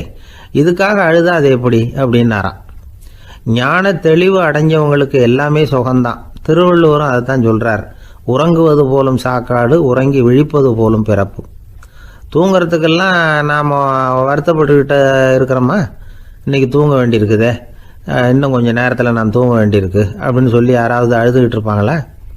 அதனால் இந்த உலக வாழ்க்கையினுடைய இயல்பை யதார்த்தத்தை நாம் தெளிவாக புரிஞ்சுக்கணும். அப்படி புரிஞ்சுக்கிட்டால் நாம் கவலை இல்லாமல் வாழ முடியும். ஒரு வயசான தாத்தா பாட்டி 60 வருஷத்துக்கு முன்னாடி அவங்களுக்கு கல்யாணம் ஆச்சு. ஒன்றாவே வாழ்ந்தாங்க, ஒன்றாவே இறந்து போனாங்க. இப்போ அவங்க 2 பேரும் சொர்க்கத்துக்கு போய் சேர்ந்தாங்க. அங்கே எல்லா வசதியும் இருந்தது. ஒரு பெரிய பங்களாவே இவங்களுக்கு ஒதுக்கி கொடுத்தாங்களாம். இதுக்கு எவ்வளவு வாடகைன்னு கேட்டார் தாத்தா. வாடகையெல்லாம் கிடையாது, இலவசம் அப்படின்னார் அங்கே இருந்தவர். அந்த வீட்டுக்கு பின்னாடி ஒரு பெரிய புல்வெளி இருந்தது. இதில் விளையாட ஏதாவது கட்டணம் உண்டான்னு கேட்டிருக்கார் தாத்தா. அதெல்லாம் ஒன்றும் கிடையாது, பணம்லாம் கட்ட வேண்டியதில்லை அப்படின்னார் அவர். பக்கத்தில் ஹோட்டல் மாதிரி ஒரு பெரிய கட்டடம், உள்ள சாப்பாட்டு மேஜைகள், அது மேலே விதவிதமான பலகாரங்கள். சாப்பாட்டுக்கெல்லாம் எவ்வளவு அப்படின்னு விசாரிச்சாராம் தாத்தா. அதுதான் சொன்னேனே, இங்கே எல்லாமே இலவசம்தான், எது வேணும்னாலும் சாப்பிட்லாம், எவ்வளவு வேணும்னாலும் சாப்பிட்லாம் அப்படின்னாராம். நீங்கள் சொல்கிறீங்க அப்படி, ஆனால் நான் சர்க்கரை சேர்த்துக்கக்கூடாது, உப்பு சேர்த்துக்கக்கூடாது, பாட்டி கையால் எப்பவும் பத்திய சாப்பாடு தான் அப்படின்னாராம் தாத்தா. இதை பாருங்கள், இங்கே உங்களுக்கு அந்த கவலையும் வேண்டியதில்லை. இங்கே நீங்கள் ஸ்வீட்டு சாப்பிட்லாம், காரம் சாப்பிட்லாம், உங்களுக்கு எந்த நோயும் வராது அப்படின்னாராம் அங்கே சொர்க்கத்தில் இருந்தவர். இதை கேட்ட உடனே அந்த தாத்தா பக்கத்தில் நின்ன பாட்டியை பார்த்து கத்தினாராம், அடி பாவி, எல்லாத்தையும் கெடுத்துட்டியே, நீ எனக்கு பத்திய சாப்பாடு போடாமல் கண்டதை திங்க விட்டுருந்தா 10 வருஷத்துக்கு முன்னாடியே நான் இங்கே வந்து சேர்ந்துருப்பேனே அப்படின்னாராம். ஒரு ஊரில் ஒரு கோயில் இருந்தது.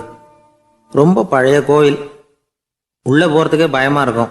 எந்த நேரத்தில் இடிஞ்சு விழுந்துருமோ அப்படிங்கிற பயம். அப்படி இருந்ததுனால யாரும் துணிஞ்சு சாமி கும்பிடுறதுக்கு அங்கே போகிறதில்ல. கோயிலுக்கு வர்ற கூட்டம் கொஞ்சம் கொஞ்சமாக குறைய ஆரம்பிச்சுட்டுது. கோயில் நிர்வாகிகள் எல்லாரும் கூடி உட்காந்து பேசினாங்க. என்ன பண்ணலாம்னு யோசனை பண்ணாங்க.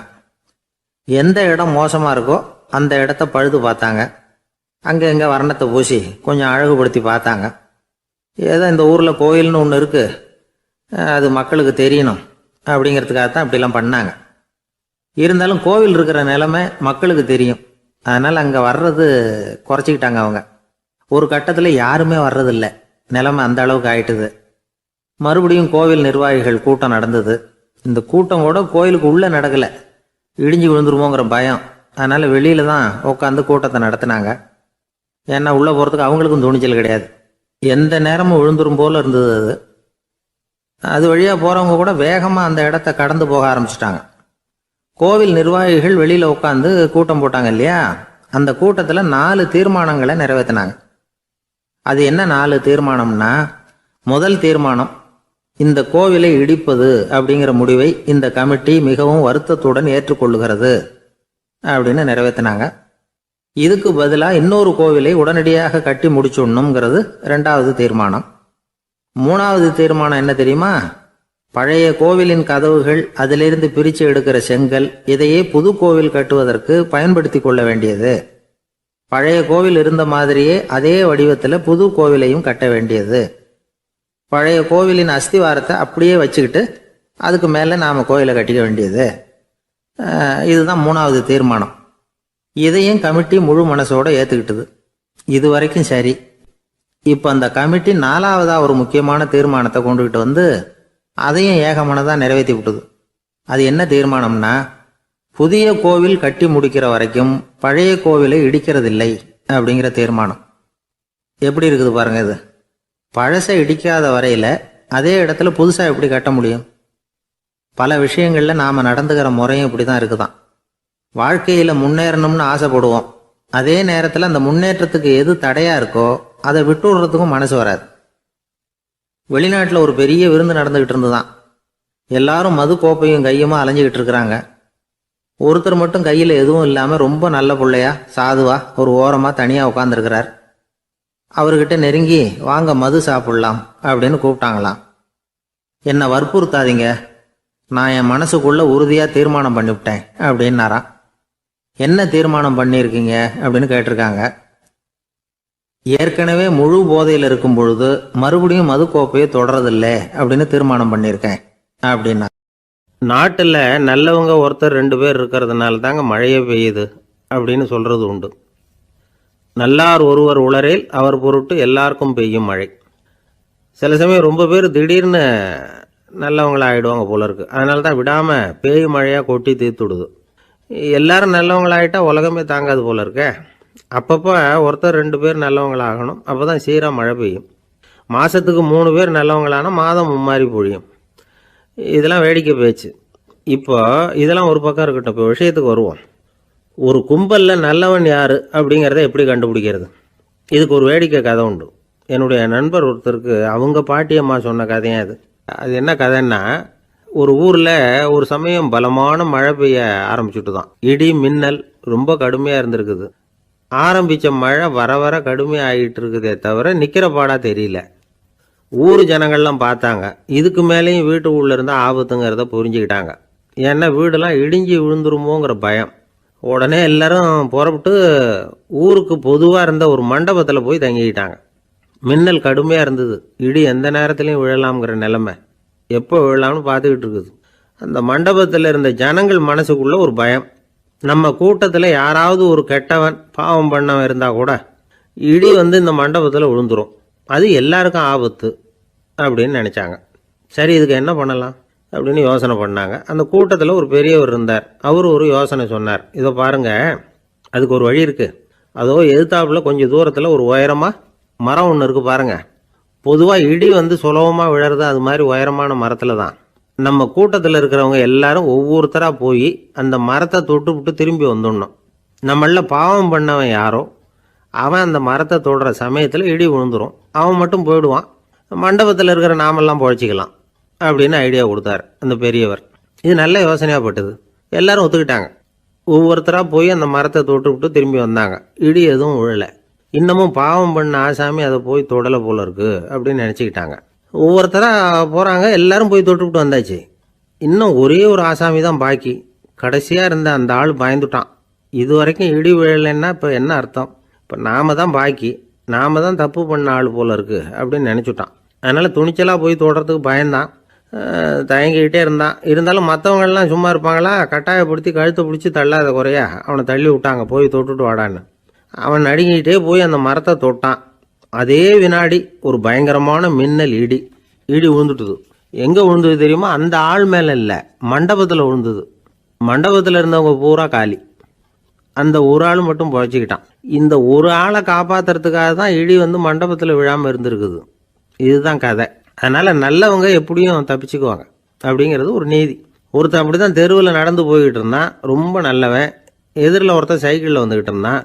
அதில் மோதி இவன் கீழே விழுந்துட்டான். சைக்கிள்காரன் உடனே இறங்கி இவனை தூக்கி விட்டான். இவன் எழுந்திரிச்சு அவனை முறைச்சி பார்த்தான். அப்படி பார்க்காதீங்க சார், நீங்கள் ரொம்ப புண்ணியம் பண்ணியிருக்கீங்க, அதுதான் இப்போ வந்து சைக்கிளில் மோதிக்கிட்டீங்க அப்படின்றான். என்ன அப்படி சொல்கிறேன் நான்? இவன் 10 நிமிஷத்துக்கு முன்னாடி நான் லாரி ஓட்டிகிட்டு வந்தேன், அப்போ நீங்கள் எதிரில் வந்திருந்தீங்கன்னா என்ன ஆயிருக்கும் அப்படின்னானா அவன். ஒரு பெரிய நினைவு மண்டபம், அதுக்கு முன்னாடி ஒரு அப்பாவும் பிள்ளையும் நின்றுக்கிட்டு இருக்கிறாங்க. அந்த வழியாக போகிறவங்க வர்றவங்கெல்லாம் அந்த இடத்துல நின்று அது என்ன மண்டபம் அப்படின்னு விசாரிக்க ஆரம்பித்தாங்க. அந்த அப்பாவும் பிள்ளையும் தான் வர்றவங்களுக்கெல்லாம் விவரம் சொல்லிகிட்டு இருக்கிறாங்க. அதாவது இந்த இடத்துல ஒரு பெரிய மகான் சமாதி ஆயிருக்கார், அவர் சமாதியான இடத்துல இந்த நினைவு மண்டபத்தை கட்டியிருக்கிறோம் அப்படின்னாங்க. ஊர் பூரா இந்த செய்தி பரவிச்சு. நிறைய பேர் அந்த இடத்த தேடி வர ஆரம்பித்தாங்க. இங்கே வந்து கொஞ்சம் நேரம் உட்காந்துட்டு போனால் மனசுக்கு ஒரு நிம்மதி கிடைக்கிது அப்படின்னாங்க. அங்கே இருந்த உண்டியலில் நிறைய காசு போட்டுட்டு போகிறாங்க. பணம் கிடுகிடுன்னு நிறைய சேர ஆரம்பிச்சுட்டுது. பணம் நிறைய சேர்ந்த உடனே அந்த அப்பாவுக்கும் பிள்ளைக்கும் தகராறு வந்துட்டுது. பணம் சேர்ந்தாலே சொத்து தகராறு வரத்தானே செய்யும், அது மாதிரி வந்துட்டுது. பையன் அடிக்கடி நிறைய பணம் கேட்க ஆரம்பித்தான். அப்பா பார்த்தார், யோசனை பண்ணார், ஒரு முடிவுக்கு வந்தார். ஒரு நாள் பையனை கூப்பிட்டார். இதை பாருப்பா, நமக்குள்ள தகராறு வேணாம், அப்பாவும் பிள்ளையும் இப்படி சண்டை போட்டுக்கிட்டா பார்க்குறவங்க தப்பாக நினைப்பாங்க, அதனால் நமக்குள்ளே சமரசமாக இதை தீர்த்துக்குவோம், என்ன சொல்கிற அப்படின்னார் அப்பா. சரி நான் பையன். உடனே அந்த அப்பா என்ன பண்ணார் தெரியுமா? மகன்கிட்ட கொஞ்சம் பணத்தை கொடுத்தார், தன்கிட்ட இருந்த ஒரு கழுதையையும் கொடுத்தார். இதை வச்சு நீ பொழைச்சிக்கோ அப்படின்னு சொல்லி அனுப்பி வச்சுட்டார். மகன் அந்த கழுதையை இழுத்துக்கிட்டு அடுத்த ஊருக்கு போனான். வழியிலேயே அந்த கழுதை செத்து போச்சு. உடனே என்ன பண்ணலாம்னு யோசனை பண்ணான். ஒரு ஐடியா வந்தது. அந்த கழுதையை ஒரு சாலை ஓரமாக புதைச்சான். கையில் இருந்த பணத்தை வச்சு அந்த இடத்துல ஒரு கல் மண்டபம் கட்டினான். அந்த வழியாக 2 பேர் வந்தாங்க. இது என்ன மண்டபம்னு விசாரித்தாங்க. இந்த இடத்துல ஒரு பெரிய மகான் சமாதி ஆயிருக்கிறார் அப்படின்னா. இந்த செய்தி ஊர் பூரா பரவ ஆரம்பிச்சுட்டுது. நிறைய பேர் வந்து போக ஆரம்பித்தாங்க. இங்கே வந்தால் மனசுக்கு ஒரு பெரிய நிம்மதி கிடைக்குது அப்படின்னு வேற சொல்ல ஆரம்பித்தாங்க. வர வர கூட்டம் அதிகமாக வர ஆரம்பிச்சுட்டுது. உண்டியலில் பணம் நிறைய சேர்ந்துட்டுது. நகையெல்லாம் கூட கழட்டி காணிக்கையாக போட ஆரம்பிச்சிட்டாங்க. அப்பாவை விட மகன் பெரிய ஆளாயிட்டான். இதை கேள்விப்பட்டார் அப்பா. பையனை பார்த்துட்டு வரலாம்னு ஒரு நாள் புறப்பட்டு வந்தார். பையன் ஓஹோன்னு இருக்கிறான். பங்களா, காரு எல்லாம் வந்துட்டுது. எப்படிடா இந்த அளவுக்கு ஆனே அப்படின்னு விசாரித்தார். அப்பா, எல்லாம் உங்கள் ஆசீர்வாதம் தான், நீங்கள் கொடுத்த மூலதனத்தை வச்சு தான் இவ்வளவும் சம்பாதிச்சேன் அப்படின்னு நான் பையன். அது எப்படிறான்னு விசாரித்தார். அப்பா, நீங்கள் ஒரு கழுதை குட்டியும் கொஞ்சம் பணமும் என்கிட்ட கொடுத்து அனுப்பி வச்சிங்க, அதை எடுத்துக்கிட்டு வந்தேன். வர்ற வழியில் அந்த கழுதை செத்து போச்சு. உடனே யோசனை பண்ணேன், அந்த கழுதையை இந்த இடத்துல புதைச்சேன். கையில் இருந்த பணத்தை வச்சு மண்டபம் கட்டினேன். மகான் ஒருத்தர் சமாதி ஆயிருக்கார் அப்படின்னு வதந்தியை கிளப்பி விட்டேன். ஜனங்கள்லாம் ஏமாந்து போய் காசை கொண்டாந்து போட ஆரம்பிச்சிட்டாங்க. நான் பொழைச்சிக்கிட்டு இருக்கிறேன் அப்படின்னா. இப்போதான்டா நீ என் புள்ள அப்படின்னு சொல்லி சந்தோஷப்பட்டாரான் அந்த அப்பா. ஏன் அப்படி சொல்கிறீங்கன்னு கேட்டிருக்கான் பையன். கழுதை குட்டியை புதைச்சி மண்டபம் கட்டியிருக்கிற நீ, ஏற்கனவே நம்ம ஊரில் நாம் கட்டியிருக்கிறோமே மண்டபம், அது இந்த கழுதையோட அம்மாவை புதைச்ச இடம். மகான் சமாதி ஆயிருக்காருன்னு நானும் சும்மா கப்ஸா தான் விட்டுக்கிட்டு இருக்கேன் அப்படின்னாரான் அப்பா. முட்டாள் ஜனங்களை நினச்சி அந்த 2 பேரும் சத்தம் போட்டு சிரிச்சாங்களாம். மனுஷன் ஏமாத்துறது ரொம்ப சுலபம். என் கூட படித்த ஒருத்தன் திடீர்னு ஒரு நாள் எல்லாருக்கும் அருள் வாக்கு சொல்ல ஆரம்பிச்சிட்டான். அவன் ஒரு ஆஃபீஸ்லேயும் வேலை பார்க்குறான். ஆஃபீஸில் உள்ளவங்கெல்லாம் அவங்ககிட்ட வந்து அருள் வாக்கு கேட்குறது வழக்கம். ஒரு நாள் நான் அவன் முன்னாடி போய் உட்காந்து பேசிக்கிட்டு இருந்தேன். அப்போ அதே ஆஃபீஸில் வேலை பார்க்குற ஒருத்தர் அவங்ககிட்ட வந்து, சுவாமி, என் மேஜையில் வச்சுருந்த பேனா திடீர்னு காணாமல் போட்டுது, அது திரும்ப கிடைக்குமா எனக்கு அப்படின்னு கேட்டார். இவன் கண்ணை உருட்டி பார்த்துட்டு, அது உனக்கு கிடைக்காது, புதுசாக வேற ஒன்று வாங்கிக்கப்போ அப்படின்னா. சரின்னு அவர் போயிட்டார். அவர் போனதுக்கப்புறம் நான் மெதுவாக இவனை பார்த்து, அது எப்படிறாது, அது உனக்கு கிடைக்காதுன்னு அவ்வளோ உறுதியாக அவர்கிட்ட சொன்னேன் அப்படின்னு கேட்டேன். இவன் மெதுவாக என் காதுகிட்ட வந்து, அந்த பேனாவை கிளப்புனதே நான் தான் அப்படிங்கிறான். ஜப்பான்ல உள்ள ஒரு புத்த விகாரை, அங்க ஒரு வயசான பௌத்த குரு தங்கியிருக்கிறார். ஒரு நாள் ராத்திரி கடுமையான குளிர், அவரால் தாங்க முடியல. பார்த்தார், மரத்துல செஞ்ச புத்த சிற்பங்கள் அங்க நிறைய இருந்தது. அதுல ஒன்றை எடுத்து அதுக்கு தீ மூட்டி அந்த நெருப்புல குளிர் காஞ்சிக்கிட்டு இருக்கிறார். மர சிற்பம் தீ வச்சதும் படபடன்னு வெடிக்க ஆரம்பிச்சுட்டுது. அந்த சத்தத்தை கேட்டதும் அந்த புத்த விகாரையின் குருக்கள் வெளியில ஓடி வந்தார். இவர் ஆனந்தமா குளிர் காஞ்சிக்கிட்டு இருக்கிறார். அவரால் பொறுத்துக்க முடியல. தெருவில் தெரிஞ்சுக்கிட்டு இருந்த அந்த பெரியவரை இங்கே தங்க அனுமதிச்சதே அவர் தான். இவர் இப்படி பண்ணுறாருன்னு நினச்சிக்கிட்டே அவரை கோபமாக பார்த்தார். ஏன் இப்படி கோபமாக பார்க்குறீங்க, இப்படி வந்து உட்காருங்க அப்படிங்கிறாரு இவர். அவருக்கு இன்னமும் கோபம் வந்துட்டுது. எங்கள் கடவுளை வந்து எரிச்சுட்டீங்களே அப்படின்னு சத்தம் போட்டாராம். அப்படியா அப்படின்னு கேட்டுக்கிட்டே அந்த சாம்பலை கிளறினார் இவர். என்ன செய்கிறீங்கன்னு கேட்டிருக்காரு அவர். நான் எலும்புகளை தேடுறேன்னாராம். நீங்கள் ஒரு பைத்தியம், இது ஒரு மர சிற்பம், இதில் எலும்புகள் கிடையாது அப்படின்னாராம். அவருக்கு கோபம் வந்துட்டுது. உடனே வெளியில் போங்கன்னு கத்தியிருக்கார். வெளியில் தள்ளி கதவையும் சாத்தி விட்டாராம். மறுநாள் காலையில் கதவை திறந்து பார்த்தா அந்த வயசான பெரியவர் ஒரு மயில்கல் மேலே சில காட்டு பூக்களை வச்சு புத்தம் சரணம் கச்சாமின்னு சொல்லிக்கிட்டே இருக்கிறார். இவருக்கு சந்தேகமாக போட்டுது. கிட்ட போனார். என்ன செஞ்சுக்கிட்டு இருக்கீங்கன்னு கேட்டார். இது என்னுடைய காலை நேர பிரார்த்தனைனாராம். நிஜமாவே நீங்கள் ஒரு பைத்தியமாக தான் இருக்கணும், ஏன்னா அது ஒரு மயில்கல் அப்படின்னாராம். இப்போ அந்த பெரியவர் சொன்னாராம், நீங்கள் ஒரு மரத்தை புத்தராக நினைக்கும் பொழுது நான் ஏன் ஒரு மயில்கல்ல புத்தராக நினைக்கக்கூடாது? நான் வந்து புத்தரை எரிக்கலாம், ஏன்னா அவரை நான் நேசிக்கிறேன். அந்த சிற்பம் வந்து மரத்தால் ஆனதுங்கிறது எனக்கு தெரியும். நான் ஒரு மயில்கல்லை தொழலாம், ஏன்னா அது எனது பூக்களை தாங்குது. நான் இந்த மயில்கல்லுக்குள்ளே மறைஞ்சிருக்கிற புத்தரை பார்க்குறேன். யாராவது ஒரு சிற்பி இதை சிலையாக்கினாதான் நீங்கள் புத்தரை பார்க்க முடியும். அன்னைக்கு ரொம்ப குளிராக இருந்தது. நான் எனக்குள்ளே இருக்கிற புத்தரையும் பாதுகாக்கணும். உள்ளே இருக்கிற புத்தரை காப்பாற்றுறதுக்காக வெளியில் உள்ள புத்தரை எரிக்கலாம், அதில் ஒன்றும் தப்பு இல்லை. அது அவருடைய போதனையிலேயே இருக்குது. உனக்குள் ஜோதியாக இரு அப்படிங்கிறது அவருடைய போதனை. என்னுடைய புத்தர் வந்து குளிரில் நடுங்கிட்டு இருந்தார். அந்த மர சிற்பங்கள் வெயில் மழையில் உணர்ச்சி இல்லாமல் இருந்தது, அதனால் அப்படி பண்ணினேன். ஆனால் நீங்கள் என்ன பண்ணீங்க? நான் ஒரு மர புத்தரை எரிச்சதுக்காக உயிருள்ள புத்தரை வெளியில் தள்ளி கதவை சாத்தினீங்க அப்படின்னாராம் அந்த பெரியவர். உண்மையான பக்திங்கிறது இதுதான். அதாவது உனக்குள் ஜோதியாக இரு அப்படின்னு புத்தர் சொன்னார் இல்லையா, அது மாதிரி தனக்குள் ஜோதியாக இருக்கிற இந்த காலத்து ஆசாமிகள் நிறைய பேர் உண்டு. எப்பவும் போதையிலேயே இருக்கிறவங்க.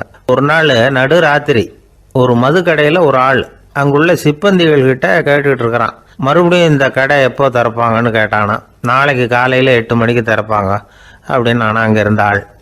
அவன் திருப்பி திருப்பி அதையே கேட்டுக்கிட்டு இருக்கான். இவனுக்கு பதில் சொல்லி சொல்லி அழுத்து போச்சு. அதான் சொல்கிறேன் ஐயா, நாளைக்கு காலையில் வா அப்படின்னாங்களாம். அதுக்கு இவன், நான் வர்றதுக்காக கேட்கலையா, நேத்திக்கு வந்தவன் உள்ளேயே மாட்டிக்கிட்டேன், வெளியில் போகிறதுக்காக கேட்டேன் அப்படின்னு நானும். ஒரு ஏரி ஓரமாக 2 பசங்க நடந்து போய்கிட்டு இருக்கிறாங்க. அதில் ஒருத்தன் பணக்கார வீட்டு பையன், இன்னொருத்தன் ஏழை. இவங்க 2 பேரும் போய்கிட்டு இருக்கிறாங்க. வழியில் ஒரு இடத்துல ஒரு ஜோடி செருப்பு இவங்க கண்ணில் படுது. ஒரு விவசாயி அந்த செருப்பை அங்கே விட்டுட்டு பக்கத்தில் இருந்த ஏரியில் கை காலை கழுவிட்டு இருக்கிறார். உடனே அந்த பணக்கார பையனுக்கு ஒரு ஐடியா. அவன் சொன்னானா, டேய், இப்போ ஒரு வேடிக்கை செய்யலாம். அந்த செருப்பு 2ஐயும் தூக்கி எட்டத்தில் வீசி எரிஞ்சிருவோம். அந்த ஆள் வந்து பார்த்துட்டு செருப்பை தேடி அல்லாடுவான், அங்கேயும் இங்கேயும் ஓடுவான், திருன்னு முழிப்பான். அதை பார்த்து நாம் ரசிக்கலாம், நல்ல தமாஷா இருக்கும் அப்படின்னு இருக்கான். இப்படி சொல்லிவிட்டு அந்த செருப்புகளை தூக்கத்துக்கு போனானா. கொஞ்சம் பொறு அப்படின்னானா அந்த ஏழை பையன். ஏன்னு கேட்டிருக்கான் அவன். இப்போ அந்த ஏழை பையன் சொன்னானா, நீ சொல்றது ஒன்றும் வேடிக்கை கிடையாது. உன்னோட செருப்பு தொலைஞ்சா உன் அப்பா உடனே உனக்கு வேற செருப்பு வாங்கி கொடுத்துருவார். ஆனால் அந்த ஆளுக்கு இந்த செருப்பு தொலைஞ்சதுன்னா வேற புதுசாக வாங்கறதுக்கு வாயையும் வயத்தையும் கட்டி பணத்தை சேர்க்க வேண்டியிருக்கும். அதனால நான் ஒரு வேடிக்கை சொல்கிறேன், அது மாதிரி செய், அது இன்னமும் தமாஷா இருக்கும் அப்படின்னானா. எப்படி அது சொல்லுன்றிருக்கான் அவன். செருப்பு ரெண்டும் அது இருக்கிற இடத்துலயே இருக்கட்டும். உன் சட்டப்பையிலிருந்து ஒரே ஒரு ரூபாய் நாணயத்தை எடு. அதை அந்த செருப்பு மேலே அதோட குதிகால் பகுதியில் வச்சுட்டு நாம் 2 பேரும் அந்த மரத்துக்கு பின்னாடி ஓடி போய் மறைஞ்சு நின்றுக்குவோம். அப்புறம் பாரு வேடிக்கையே அப்படின்னா. அதே மாதிரி ரூபா காசு செருப்பு மேலே வச்சுட்டு இவங்க 2 பேரும் மறைஞ்சு நின்றுக்கிட்டாங்க. கொஞ்ச நேரத்தில் அந்த விவசாயி வந்தார். காலில் உள்ள மண்ணை தட்டிவிட்டு செருப்பை மாட்டுறதுக்காக போனார். அங்கிருந்த காசு கண்ணில் போட்டுவிட்டது.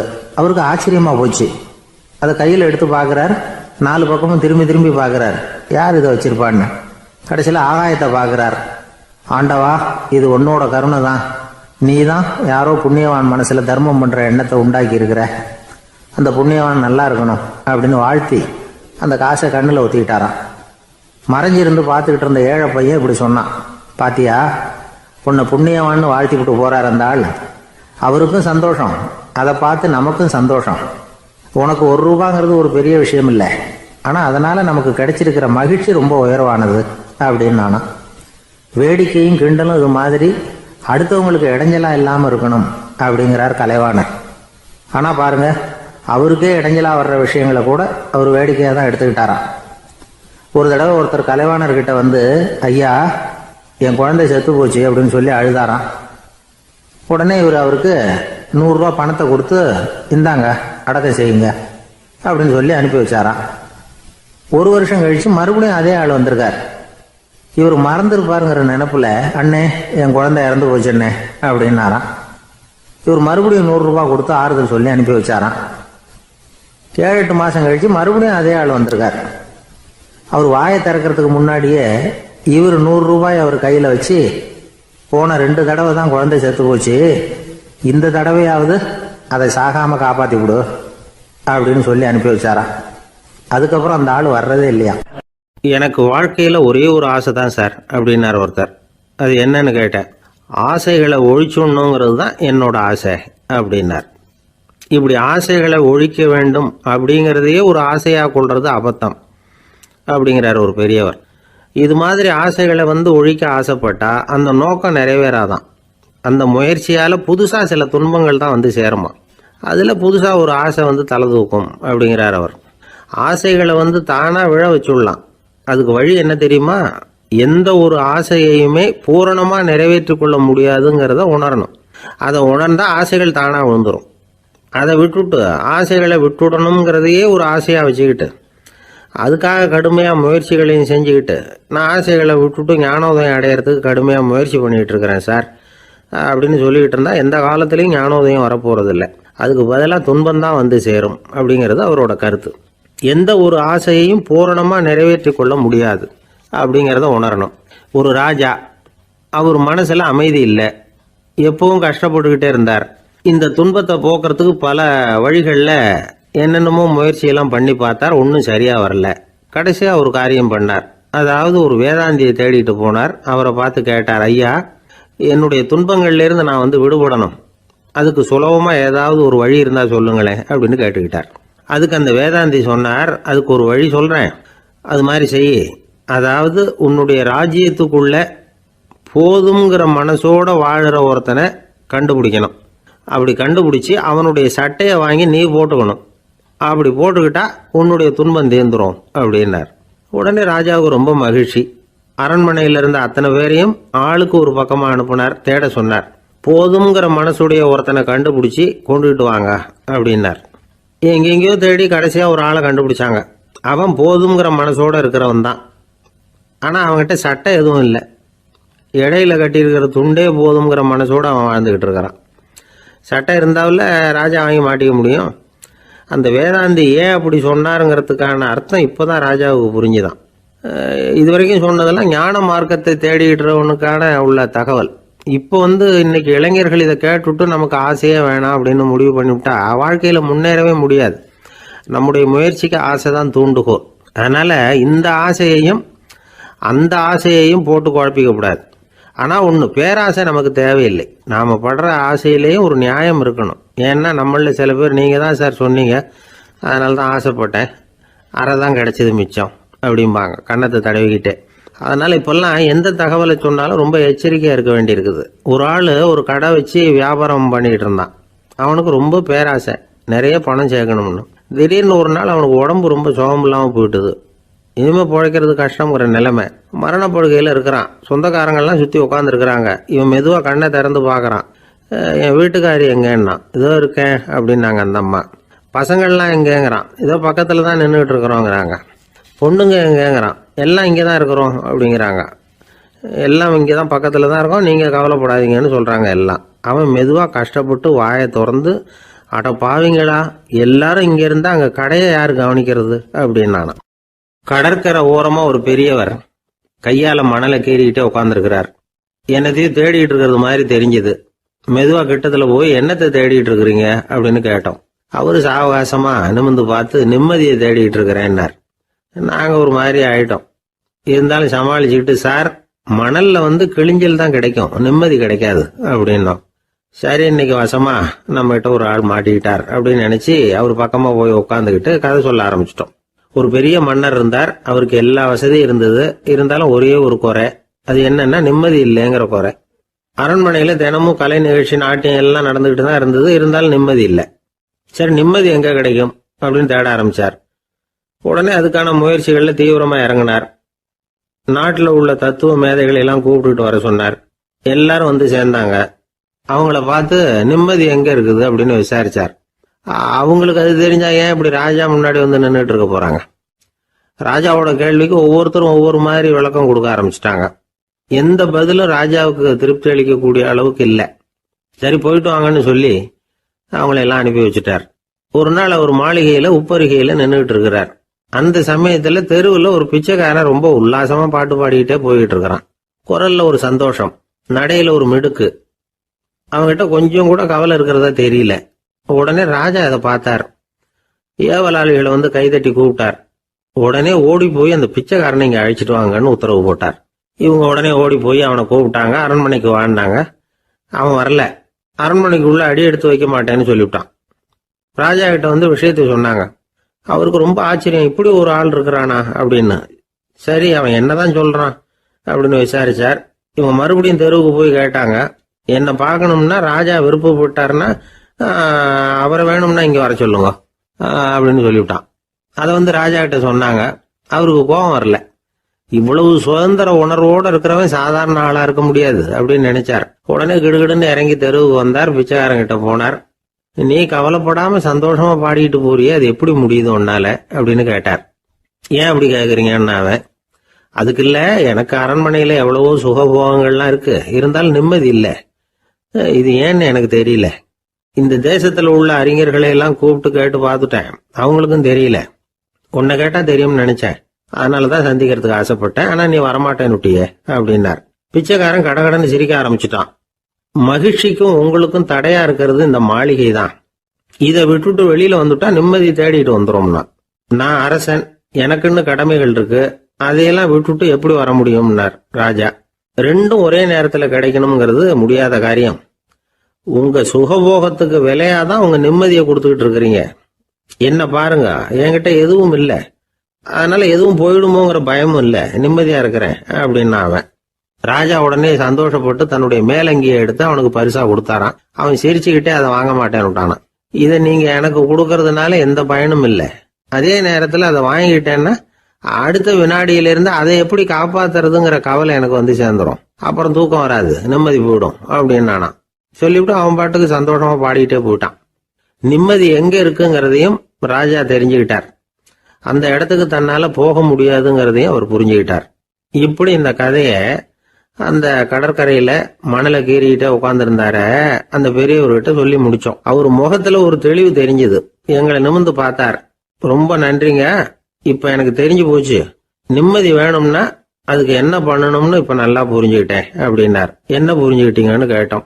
இனிமே இந்த பக்கம் வந்தா உங்க கண்ணுல படாத இடமா பார்த்து உட்காரணும்னு புரிஞ்சுக்கிட்டேன் அப்படின்னார். ஒரு ரயில் வேகமா போயிட்டு இருக்கு.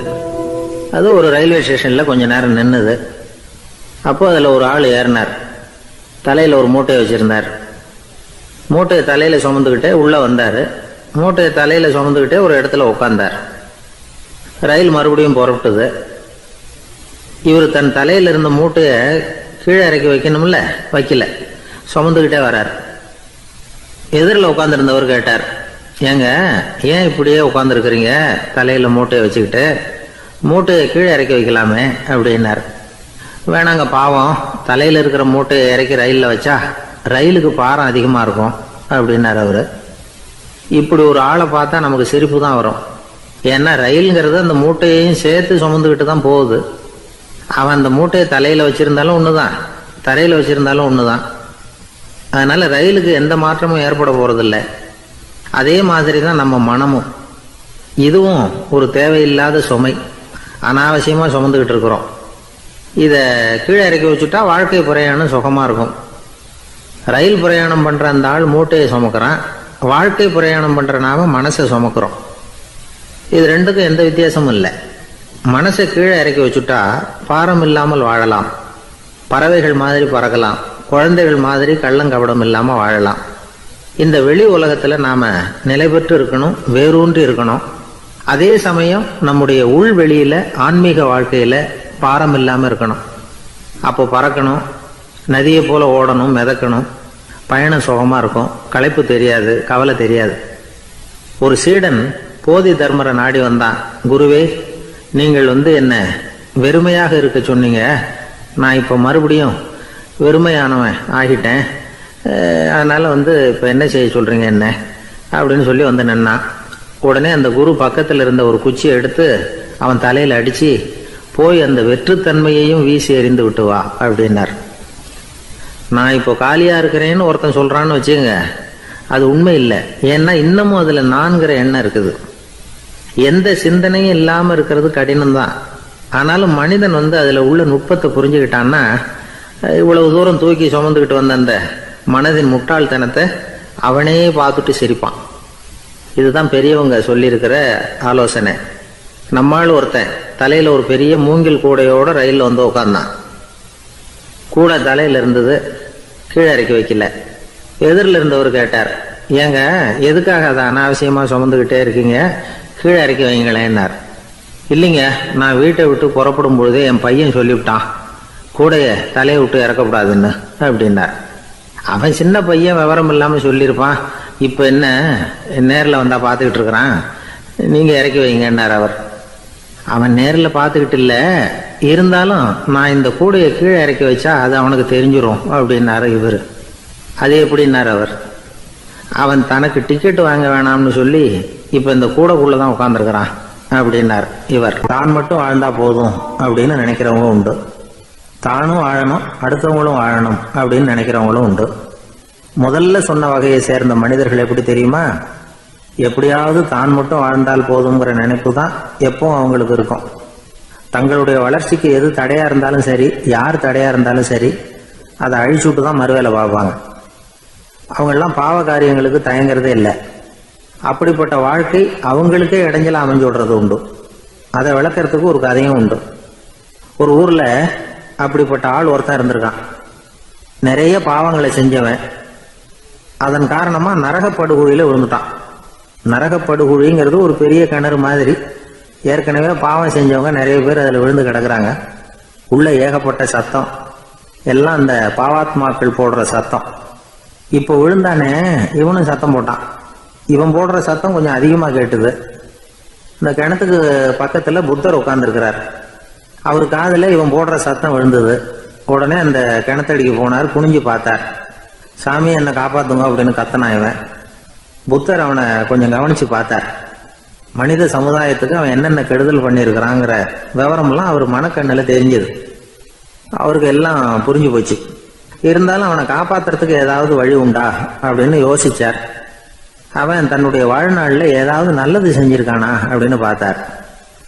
ஒரே ஒரு சமயம் அவன் தன்னுடைய காலடியில மிதிபட இருந்த சிலந்தியை மிதிக்காமல் தாண்டி போயிருக்கிறான். இந்த ஒரு காரியத்துக்காக அவனை கரையேற்ற முடியுமா அப்படின்னு நினைச்சார். அவ்வளவுதான். உடனே அவர் கையில ஒரு சிலந்தி வந்து உட்காந்துதான். அதுகிட்ட இருந்து நூல் இழை வெளிவர ஆரம்பிச்சது. அந்த நூல் இழை கிணற்று ஆழம் வரைக்கும் அப்படியே நீண்டுகிட்டே போச்சான். புத்தர் பார்த்தார். இந்த நூலை பிடிச்சிக்கிட்டு மேலே ஏறி வா அப்படின்னார். என்னங்க சொல்றீங்க, இந்த சிலந்தி நூல் என்ன தாங்குமான்னு கத்தினான். எல்லாம் தாங்கும், அதை பிடிச்சிக்கிட்டு ஏறி வா அப்படின்னார். சந்தேகத்தோடவே அவன் அந்த நூல் இழைய பிடிச்சி இழுத்து பார்த்தா ரொம்ப வலுவா இருந்தது. அவனுக்கு ஆச்சரியம். அதை பிடிச்சிக்கிட்டே மெதுவா மேலே ஏறி வர ஆரம்பிச்சுட்டான். பாதி தூரம் ஏறி வந்திருப்பான். அப்போ அவன் காலுக்கு கீழே ஏதோ சத்தம். என்னன்னு குனிஞ்சு பார்க்கறான். கீழே கிடந்தவங்க சில பேரும் அந்த நூலை பிடிச்சி மேலே வந்துகிட்டு இருக்கிறாங்க. இவனுக்கு கோபம் வந்துட்டுது. தன்னுடைய இடுப்புல வச்சிருந்த கத்தியை எடுத்து தன்னுடைய காலுக்கு கீழே நூல் இழையை அப்படியே வெட்டி விட்டுட்டான். இனிமே நாம மட்டும்தான் மேலே ஏறி வந்துடணும் அப்படின்னு நினைச்சுக்கிட்டான். ஆனா நடந்தது என்ன தெரியுமா? மொத்த நூல் இழையும் அப்படியே அருந்து கீழே விழுந்துட்டுது. அவனும் பொத்துன்னு கீழே விழுந்துட்டான். மறுபடியும் கத்த ஆரம்பிச்சுட்டான். ஏற்கனவே அவன் செஞ்சிருந்த ஒரு சிறு கருணை அந்த நூல் இழைக்கு உறுதியை கொடுத்தது. இப்போ அவன் செஞ்ச பாவம் அந்த நூல் இழைய வலுவிழக்க செஞ்சுட்டுது. அடுத்தவங்களும் வாழணுங்கிற எண்ணம் அவனுக்கு இருந்திருந்தா இப்போ அவனும் கரையேறி வந்திருப்பான், மற்றவங்களும் சௌக்கியமா வந்து சேர்ந்திருப்பாங்க. அதனால நாமும் வாழணும், அடுத்தவங்களும் வாழணும் அப்படின்னு நினைக்கிறவன் வாழ்க்கையில சீக்கிரம் முன்னுக்கு வந்துடுவான். ஒருத்தன் ஒரு டாக்டர் கிட்ட போனான், மருந்து வாங்கினான். வாங்கி கொண்டாந்து பேசாம வச்சுட்டான், சாப்பிடல. அப்புறம் எதுக்காகப்பா போய் அவர்கிட்ட மருந்து வாங்கினேன் அப்படின்னு கேட்டாங்க. டாக்டர் வாழணும் இல்லையா, அதனாலதான் அப்படின்னா. அவர் கொடுத்த மருந்து நீ ஏன் சாப்பிடல அப்புறம் அப்படின்னு கேட்டாங்க. நான் வாழணும் இல்லையா, அதுக்காக தான் அப்படின்னா. எனக்கு தெரிஞ்ச ஒருத்தர் இருக்கார். அவரு ஒரு பெரிய காவல்துறை அதிகாரி, ரொம்ப கண்டிப்பானவர். அவரை கண்டாவே எல்லாரும் பயப்படுவாங்க. அப்படிப்பட்டவர் வீட்டுக்கு போனா அப்படியே அடியோட மாறிடுவார். அங்க போய் பாத்தீங்கன்னா குழந்தைகளோட குழந்தையா அவர் விளையாடிக்கிட்டு இருப்பார். அலுவலக சமயத்துல பாத்தீங்கன்னா குதிரை முதுகுல அவர் உட்கார்ந்துருப்பார். வீட்டுல பாத்தீங்கன்னா அவர் முதுகுல குழந்தை உட்காந்துருக்கும். அவரு குதிரை மாதிரி போயிட்டு இருப்பார். இது எப்படிங்க முடியுது உங்களால அப்படின்னு கேட்டாங்க. அது ஒண்ணுமில்ல, இங்க வீட்டுக்கு வந்த உடனே என்னோட மனசை தனியா எடுத்து வச்சிருவேன் அப்படின்னார். அது என்னங்க உங்க சட்டப்பயிலியா இருக்குது மனசு, அது தனியா எடுத்து வைக்கிறதுக்கு அப்படின்னு கேட்டாங்க. அப்படி இல்லைங்க, இது ஒரு பயிற்சி, மனப்பயிற்சி, அவ்வளவுதான் அப்படின்னார். இப்படி சமயம் பார்த்து மனசை தனியா வச்சுவிட தெரிஞ்சவங்க வாழ்க்கையில எப்பவும் உற்சாகமா இருப்பாங்க அப்படிங்கிறது பெரியவங்க கருத்து. ஒரு டாக்டர் ஆஸ்பத்திரியில் இருக்கிற வரைக்கும் டாக்டரா இருக்கலாம். அவர் மனைவிகிட்டையும் அவர் டாக்டரா இருக்க வேண்டிய அவசியம் இல்லை. ஒரு வக்கீல் கோர்ட்ல இருக்கிற வரைக்கும் வக்கீலா இருக்கலாம். வீட்டுக்கு வந்ததுக்கு அப்புறமும் வக்கீலா இருக்க வேண்டிய அவசியம் கிடையாது. வீட்டில் குழந்தைகள்கிட்ட விளையாடும் பொழுதும் அதுகள்கிட்ட ஃபீஸ் கேட்டுக்கிட்டு இருக்கக்கூடாது. நாம எப்படி இருக்கணும்னு பெரியவங்க சொல்றாங்கன்னா, மனசோட சேரக்கூடாதான். அப்படி சேராம வாழ்க்கையை கவனிக்கணுமா. மனசை அப்படியே தனியா எடுத்து பக்கத்துல வச்சுடணும். அப்படின்னா அதை அப்படியே தூக்கி எறிஞ்சுடு அப்படின்னு அர்த்தம் இல்லை. ஏன்னா மனசுங்கிறது நமக்கு உபயோகப்படக்கூடிய ஒண்ணுதான். எப்போ எப்போ அது தேவையோ அப்பப்போ எடுத்து உபயோகப்படுத்திக்கணும். தேவைப்படுறப்போ எடுத்து கண்ணாடியை மாட்டிக்கிறோம்ல, படிக்கும் பொழுது கண்ணாடி தேவைப்படுது, எடுத்து மாட்டிக்கிறோம் இல்லையா, அது மாதிரி கணக்கு போடுறதுக்கு மனசு தேவை. கடைக்கு போய் ஒரு பொருள் வாங்குறோம், காசு கொடுக்குறோம், மீதி சில்லறை சரியா இருக்கா அப்படின்னு எண்ணி பார்த்து வாங்க வேண்டியிருக்கு. அந்த சமயத்துல மனசை எடுத்து தனியா வச்சுட்டேன் அப்படின்னு சொல்லிட்டு இருக்கக்கூடாது. பரீட்சைக்கு படிக்க வேண்டியிருக்குது, படிச்சதையெல்லாம் அப்படியே நினைவுல வச்சுக்க வேண்டியிருக்கு. அந்த சமயத்துல மனசை தூக்கி எறிஞ்சுட்டேன் சார் அப்படின்னு சொல்லிட்டு இருக்கக்கூடாது. அப்படி சொன்னா பரீட்சை நம்மளை தூக்கி எறிஞ்சிடும். அதனால தேவைப்படுறப்போ மனசை உபயோகப்படுத்தணும், தேவையில்லாதப்போ அது தனியா ஓய்வு எடுத்துக்க விட்டுடணும். இப்படி நாம பழக்கப்படுத்திக்கிட்டா வாழ்க்கைங்கிறது நமக்கு புதுசா தெரியுமா. மனசுக்கும் ஒரு சக்தி கிடைக்கும். எந்திரங்களுக்கு ஓய்வு கொடுக்குற மாதிரி மனசுக்கும் ஓய்வு கொடுக்கணும், இல்லைன்னா அது களைச்சு போயிடும். குழந்தைகள் மனசை சுமந்துகிட்டு இருக்கிறது இல்லை. இது முதியவர்கள் குழந்தைகள் கிட்ட இருந்து கத்துக்க வேண்டிய ஒரு பாடம். ஆனாலும் இந்த கால குழந்தைகள் கிட்ட ரொம்ப எச்சரிக்கையா இருக்க வேண்டியிருக்கு. ஒரு தாத்தாவும் பேரனும் விளையாடிக்கிட்டு இருக்கிறாங்க. தாத்தா எனக்கு சைக்கிள் ஓட்ட கத்து கொடு அப்படிங்கிறான் பேரன். சைக்கிள் உயரம் கூட இல்லை, அதுக்குள்ள சைக்கிள் ஓட்டணுமா அப்படின்னாரு தாத்தா. ஏன் தாத்தா, ரயில் ஓட்டுறாரு, அவர் என்ன ரயில் நீளமா இருக்கார் அப்படின்னு கேட்டானா அந்த பையன். ராமகிருஷ்ணர் வாழ்ந்த காலத்தில் நடந்த ஒரு நிகழ்ச்சி இது. அப்போ ஒரு ஓவியர் இருந்தாராம். அவருக்கு ஒரு ஆசை, ராமகிருஷ்ணர் படத்தை வரையணும், அதை அவர்கிட்டயே கொண்டுட்டு போய் காட்டி அபிப்பிராயம் கேட்கணும். இதுதான் அந்த ஓவியரின் ஆசை. உடனே ராமகிருஷ்ணர் படத்தை வரைஞ்சி முடித்தார். அதை எடுத்துக்கிட்டு போனார். இவர் போன சமயம் அங்கே ராமகிருஷ்ணர் சீடர்களோடு உட்காந்துருக்கிறார். விவேகானந்தர் அங்கே இருக்கிறார். இந்த ஓவியர் கொண்டுகிட்டு போய் தான் வரைந்த ஓவியத்தை அவர்கிட்ட காட்டினார். ராமகிருஷ்ண பரமஹம்சரின் ஓவியத்தை ராமகிருஷ்ணர்கிட்டயே காட்டுறார். ராமகிருஷ்ணர் என்ன பண்ணார் தெரியுமா? அந்த படத்தை பார்த்தார். உடனே அது காலை தொட்டார். குருதேவருடைய இந்த செயல் சீடர்களுக்கு ரொம்ப வியப்பை உண்டு பண்ணிச்சு. சில பேர் மனசுக்குள்ளேயே ரொம்ப குழம்பி போக ஆரம்பிச்சிட்டாங்க, என்ன இப்படி பண்ணுறாருன்னு. என்ன இது அவரோட படம், அவரே அவரோட படத்தின் காலை தொடுறார் அப்படின்னு யோசிச்சாங்க. சில பேர் ஒன்றும் புரியாமல் ஒருத்தர் பார்த்து சிரிச்சுக்கிட்டாங்க. அந்த இடத்துல சீடர்கள் மட்டும் இல்லை, சீடர் அல்லாத பல பேர் இருந்தாங்க. தன்னுடைய காலை தானே தொடர இவருடைய செயல் பற்றி என்ன நினைக்கிறது அப்படின்னு அவங்களும் குழம்பி போய் நிற்கிறாங்க. அந்த படத்தை வரைஞ்சி அவர்கிட்ட காட்டின அந்த ஓவியருக்கும் அதிர்ச்சி. இருந்தாலும் அவர் சீடர் கிடையாது. அதனால் கொஞ்சம் துணிச்சலை வர வச்சுக்கிட்டு கேட்டார், என்னங்க இது, என்னால் என்னுடைய கண்களையே நம்ப முடியல. இது உங்கள் சொந்த உருவப்படம், நீங்கள் உங்கள் சொந்த கால்களையே தொடுறீங்க, இது எங்களுக்கு கொஞ்சம் சங்கடமாக இருக்குதே அப்படின்னார்.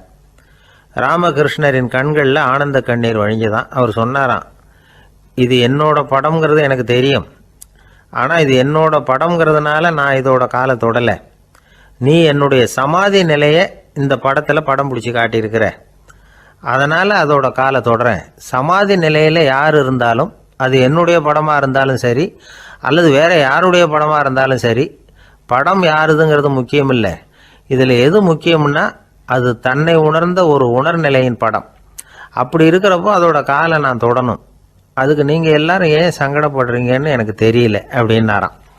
இப்போ தான் அங்கே இருந்த சீடர்களுக்கும் மற்றவங்களுக்கும் விவரம் புரிஞ்சுதான். இதுக்கு முன்னாடி யாரும் செய்யாததை இவர் செஞ்சிருக்கிறார், ஆனால் அவருடைய காரணம் ரொம்ப நியாயமானது அப்படிங்கிறத உணர்ந்தாங்களாம். இதுவரைக்கும் ஆன்மீகத்தில் சமாதி நிலை, அதாவது தன்னை உணர்ந்த நிலை பற்றி புரிஞ்சுக்கிட்டோம். இல்லறத்தில் ஏற்படக்கூடிய சமாதி நிலை பற்றி உங்களுக்கு தெரியுமா? ஒரு அம்மா டாக்டர்கிட்ட வந்து சொன்னாங்களாம், டாக்டர், என் வீட்டுக்காரருக்கு உடம்புல ஏதோ கோளாறுன்னு நினைக்கிறேன், நான் எவ்வளவு நேரம் பேசினாலும் காதில் விழாதது மாதிரி உட்கார்ந்துருக்கிறார் அப்படின்னு ஆகலாம். அதுக்கு அந்த டாக்டர் சொன்னாராம், அம்மா, அது உடம்பு கோளாறு இல்லை, அது ஒரு பெரிய திறமை அப்படின்னாராம். ஒரு சன்னியாசி அவர் ஒரு நாள் ஒரு கனவு கண்டாராம். அந்த கனவில் அவர் சொர்க்கத்துக்கு போகிறார். அங்கே ஒரு பெரிய திருவிழா நடந்துக்கிட்டு இருக்குது. எங்கே பார்த்தாலும் அலங்கார வளைவுகள், வண்ணமயமான விளக்குகள், பாதைகள் பூரா மலர்கள், எல்லா கட்டடங்களும் ஒளிமயம். அவ்வளவு கோலாகலமாக பிரம்மாண்டமாக அந்த திருவிழா நடந்துக்கிட்டு இருக்குது. அது என்ன திருவிழாங்கிறது இந்த சன்னியாசிக்கு புரியல. அங்கே எதிரில் வந்துக்கிட்டு இருந்த ஒருத்தரை நிறுத்தி, என்ன விசேஷம் இங்கே அப்படின்னு விசாரிச்சாராம். உனக்கு தெரியாத விஷயம், இன்னைக்கு இறைவனுக்கு பிறந்த நாள், அதை தான் எல்லாரும் சேர்ந்து கொண்டாடுறோம். இதுக்காக பிரம்மாண்டமான ஊர்வலம் ஒன்று வரப்போகுது, இறைவனே அந்த ஊர்வலத்தில் கலந்துக்கிறார் அப்படின்னார் அவர். உடனே அந்த சன்னியாசி ஒரு மரத்து நிழலில் ஒதுங்கி நின்றுக்கிட்டார். ஊர்வலம் வந்துக்கிட்டு இருக்குது. முதல்ல ஒரு குதிரை வந்துக்கிட்டு இருக்கு, அது மேலே ஒருத்தர் உட்காந்துருக்கிறார். அவருக்கு பின்னாடி நிறைய பேர் கூட்டமாக வந்துக்கிட்டு இருக்கிறாங்க. இவ்வளவு கூட்டம் இவர் பின்னாடி வருதே, யார் இவர் அப்படின்னு கேட்டார். ஒரு மதத்தின் பேரை சொல்லி, இவர் அந்த மதத்தின் தலைவர், அவரை பின்பற்றுகிற மக்கள் கூட்டம் பின்னாடி வந்துகிட்டு இருக்குது அப்படின்னு விவரம் சொல்லியிருக்கிறாங்க. இவங்களுக்கு அடுத்தபடியாக இன்னொரு குதிரையில் ஒருத்தர் வந்துக்கிட்டு இருக்கிறார். அவருக்கு பின்னாடி ஏகப்பட்ட கூட்டம். இவர் யாருங்க அப்படின்னு கேட்டிருக்கார் சன்னியாசி. அங்கே இருக்கிறவங்க விவரம் சொல்லியிருக்கிறாங்க. இன்னொரு மதத்தின் பெயரை சொல்லி, இவர் அந்த மதத்தினுடைய தலைவர், அவர் வழியை பின்பற்றுகிறவர்கள் அவர் பின்னாடி கூட்டமாக வந்துக்கிட்டு இருக்கிறாங்க அப்படின்ட்டு இருக்காங்க. இப்படி ஒவ்வொருத்தராக குதிரை மேலே வந்துக்கிட்டே இருக்கிறாங்க. அவங்கள பின்பற்றியும் ஒவ்வொரு கூட்டம் வந்துக்கிட்டே இருக்குது. அந்த பெரிய ஊர்வலம் அது பாட்டுக்கு போய்கிட்டு இருக்குது. கடைசியாக அது முடிஞ்சது ரொம்ப நேரம் கழித்து. அதுக்கப்புறம் கொஞ்சம் நேரம் கழித்து ஒரு வயசான ஆள் குதிரை மேலே வந்துக்கிட்டு இருக்கிறார். ஆனால் அவருக்கு பின்னாடி யாருமே இல்லை. அவர் பரிதாபமாக தனியாக வந்துக்கிட்டு இருக்கிறார். அவர் அந்த ஊர்வலத்தை சேர்ந்தவரா இல்லையாங்கிறதே தெரியல. இவர் யார், இவர் ஏன் இப்படி தனியாக வந்துக்கிட்டு இருக்கிறார் அப்படின்னு கேட்டிருக்கார் அந்த சன்னியாசி. என்னது இப்படி கேட்குறீங்க, இவர் தான் கடவுள், இவருக்காக தான் இன்னைக்கு இந்த ஊர்வலமே நடக்குது, இவருக்கு தான் இன்னைக்கு பிறந்த நாள். முன்னாடி போகிற ஊர்வலம் பூரா இவருடைய பிறந்த நாளை கொண்டாடுறதுக்காக தான் அப்படின்ட்டு இருக்காங்க. இதை கேட்டதும் அந்த சன்னியாசிக்கு திடுக்குன்னு தூக்கி போட்டிருக்கு. இது வரைக்கும் கனவு கண்டுகிட்டு இருந்தவர் முடிச்சுக்கிட்டார். அதுக்கப்புறம் தான் யோசிச்சு பார்த்துருக்கார். உண்மைதான், மக்கள் எல்லாரும் வந்து பக்தி மார்க்கத்தில் போகிறதா நினச்சிக்கிட்டு பாதம் மாறி போயிட்டு இருக்கிறாங்க. கடவுளை பின்பற்றுவதாக நினைக்கிறாங்க பக்தர்கள். ஆனால் கடவுளுக்கு பின்னாடி யாருமே இல்லை. இன்னமும் இயல்பாக இதை பற்றி யோசிச்சு பார்த்தா உண்மைக்கு பின்னாடி தான் நான் போய்கிட்டு இருக்கேன் அப்படின்னு நிறைய பேர் சொல்கிறாங்க. ஆனால் அந்த உண்மை வந்து அனாதையாக போய்கிட்டு இருக்குது. அப்படி ஆயிட்டுது உலகம்.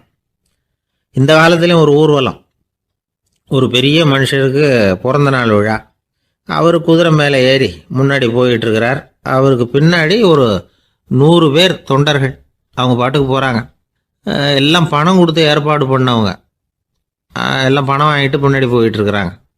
கொஞ்சம் தூரம் நடந்ததும் கால் வலிக்க ஆரம்பிச்சுட்டுது. ஒவ்வொருத்தரும் அப்படியே ஒதுங்க ஆரம்பிச்சிட்டாங்க. அதான் முன்னாடியே பணம் கிடைச்சிட்டுதே, இனிமேல் ஒதுங்கினா என்னன்னு ஒதுங்கிட்டாங்க. ஒரு கட்டத்தில் குதிரையில் போகிறவர் தற்செயலாக திரும்பி பார்க்குறாரு, பின்னாடி யாருமே இல்லை. எல்லாரும் ஓடி போயிட்டாங்க. ஒரே ஒரு ஆள் மட்டும் ரொம்ப விசுவாசமாக பின்னாடி நடந்து வந்துக்கிட்டு இருந்தான். ஏன்ப்பா நீ மட்டும் வந்துக்கிட்டு இருக்கிறியே, நீ வீட்டுக்கு போகலையான்னு கேட்டிருக்காரு அவர். நீங்கள் அந்த குதிரையையும் அதுக்குள்ள வாடகை பணத்தையும் கொடுத்துட்டீங்கன்னா நானும் போயிடுவேன் அப்படின்னு நானும். இந்த ஆள் ஊரில் ஒருத்தர் இருந்தார், ரொம்ப நல்லவர். யாருக்காவது ஏதாவது கொடுத்துக்கிட்டே இருப்பார், கொடையாளி. தினமும் யாராவது ஒருத்தருக்கு ஏதாவது கொடுக்கலன்னா அவருக்கு தூக்கம் வராது. அப்படி ஒரு பழக்கம். அது மட்டும் இல்லை, அவர் கொடுக்கறது அடுத்தவங்களுக்கு தெரியாது. அவ்வளவு ரகசியமாக அதை கொடுப்பார். வலது கை கொடுக்கறது இடது கைக்கு தெரியக்கூடாதுன்னு சொல்லுவாங்கல்ல, அது மாதிரி அவர். ஒரு நாள் ராத்திரி அவர் ஏற்கனவே தயாராக கட்டி வச்சிருந்த பணம் முடிச்ச கையில் எடுத்துக்கிட்டு வீட்டை விட்டு வெளியில் வந்தார். தெருவில் இறங்கி நடந்தார். இன்னைக்கு யாருக்கு தர்மம் செய்யறது அப்படின்னு யோசனை பண்ணிட்டு இருட்டில் நடந்து வந்துகிட்டு இருக்கிறார். யாரோ ஒருத்தர் எதிரில் வர்றது மாதிரி தெரிஞ்சுது. உடனே அவர் கிட்ட போனார். தன்கிட்ட இருந்த பணம் முடிச்சு அவசரமாக அவர் கையில் திணிச்சுட்டு திரும்பி வந்துட்டார். அப்பாடா, ஒரு வழியாக யாருக்கும் தெரியாமல் இன்னைக்கு தர்மம் பண்ணியாச்சு அப்படிங்கிற மகிழ்ச்சி, மன நிறைவு அவர் முகத்தில். நிம்மதியாக தூங்கினார். அப்புறம் எழுந்திரிச்சார். மறுநாள் காலையில் ஊர் பூரா ஒரே பேச்சு. என்ன பேச்சுன்னா, நேற்று ராத்திரி ஒரு திருடன் கையில் யாரோ பணத்தை கொடுத்துட்டு போயிருக்கிறாங்க அப்படின்னு எல்லாரும் பேசிக்கிட்டு இருக்கிறாங்க. இதை கேள்விப்பட்டதும் அந்த பெரியவருக்கு ரொம்ப வருத்தமாக போச்சு.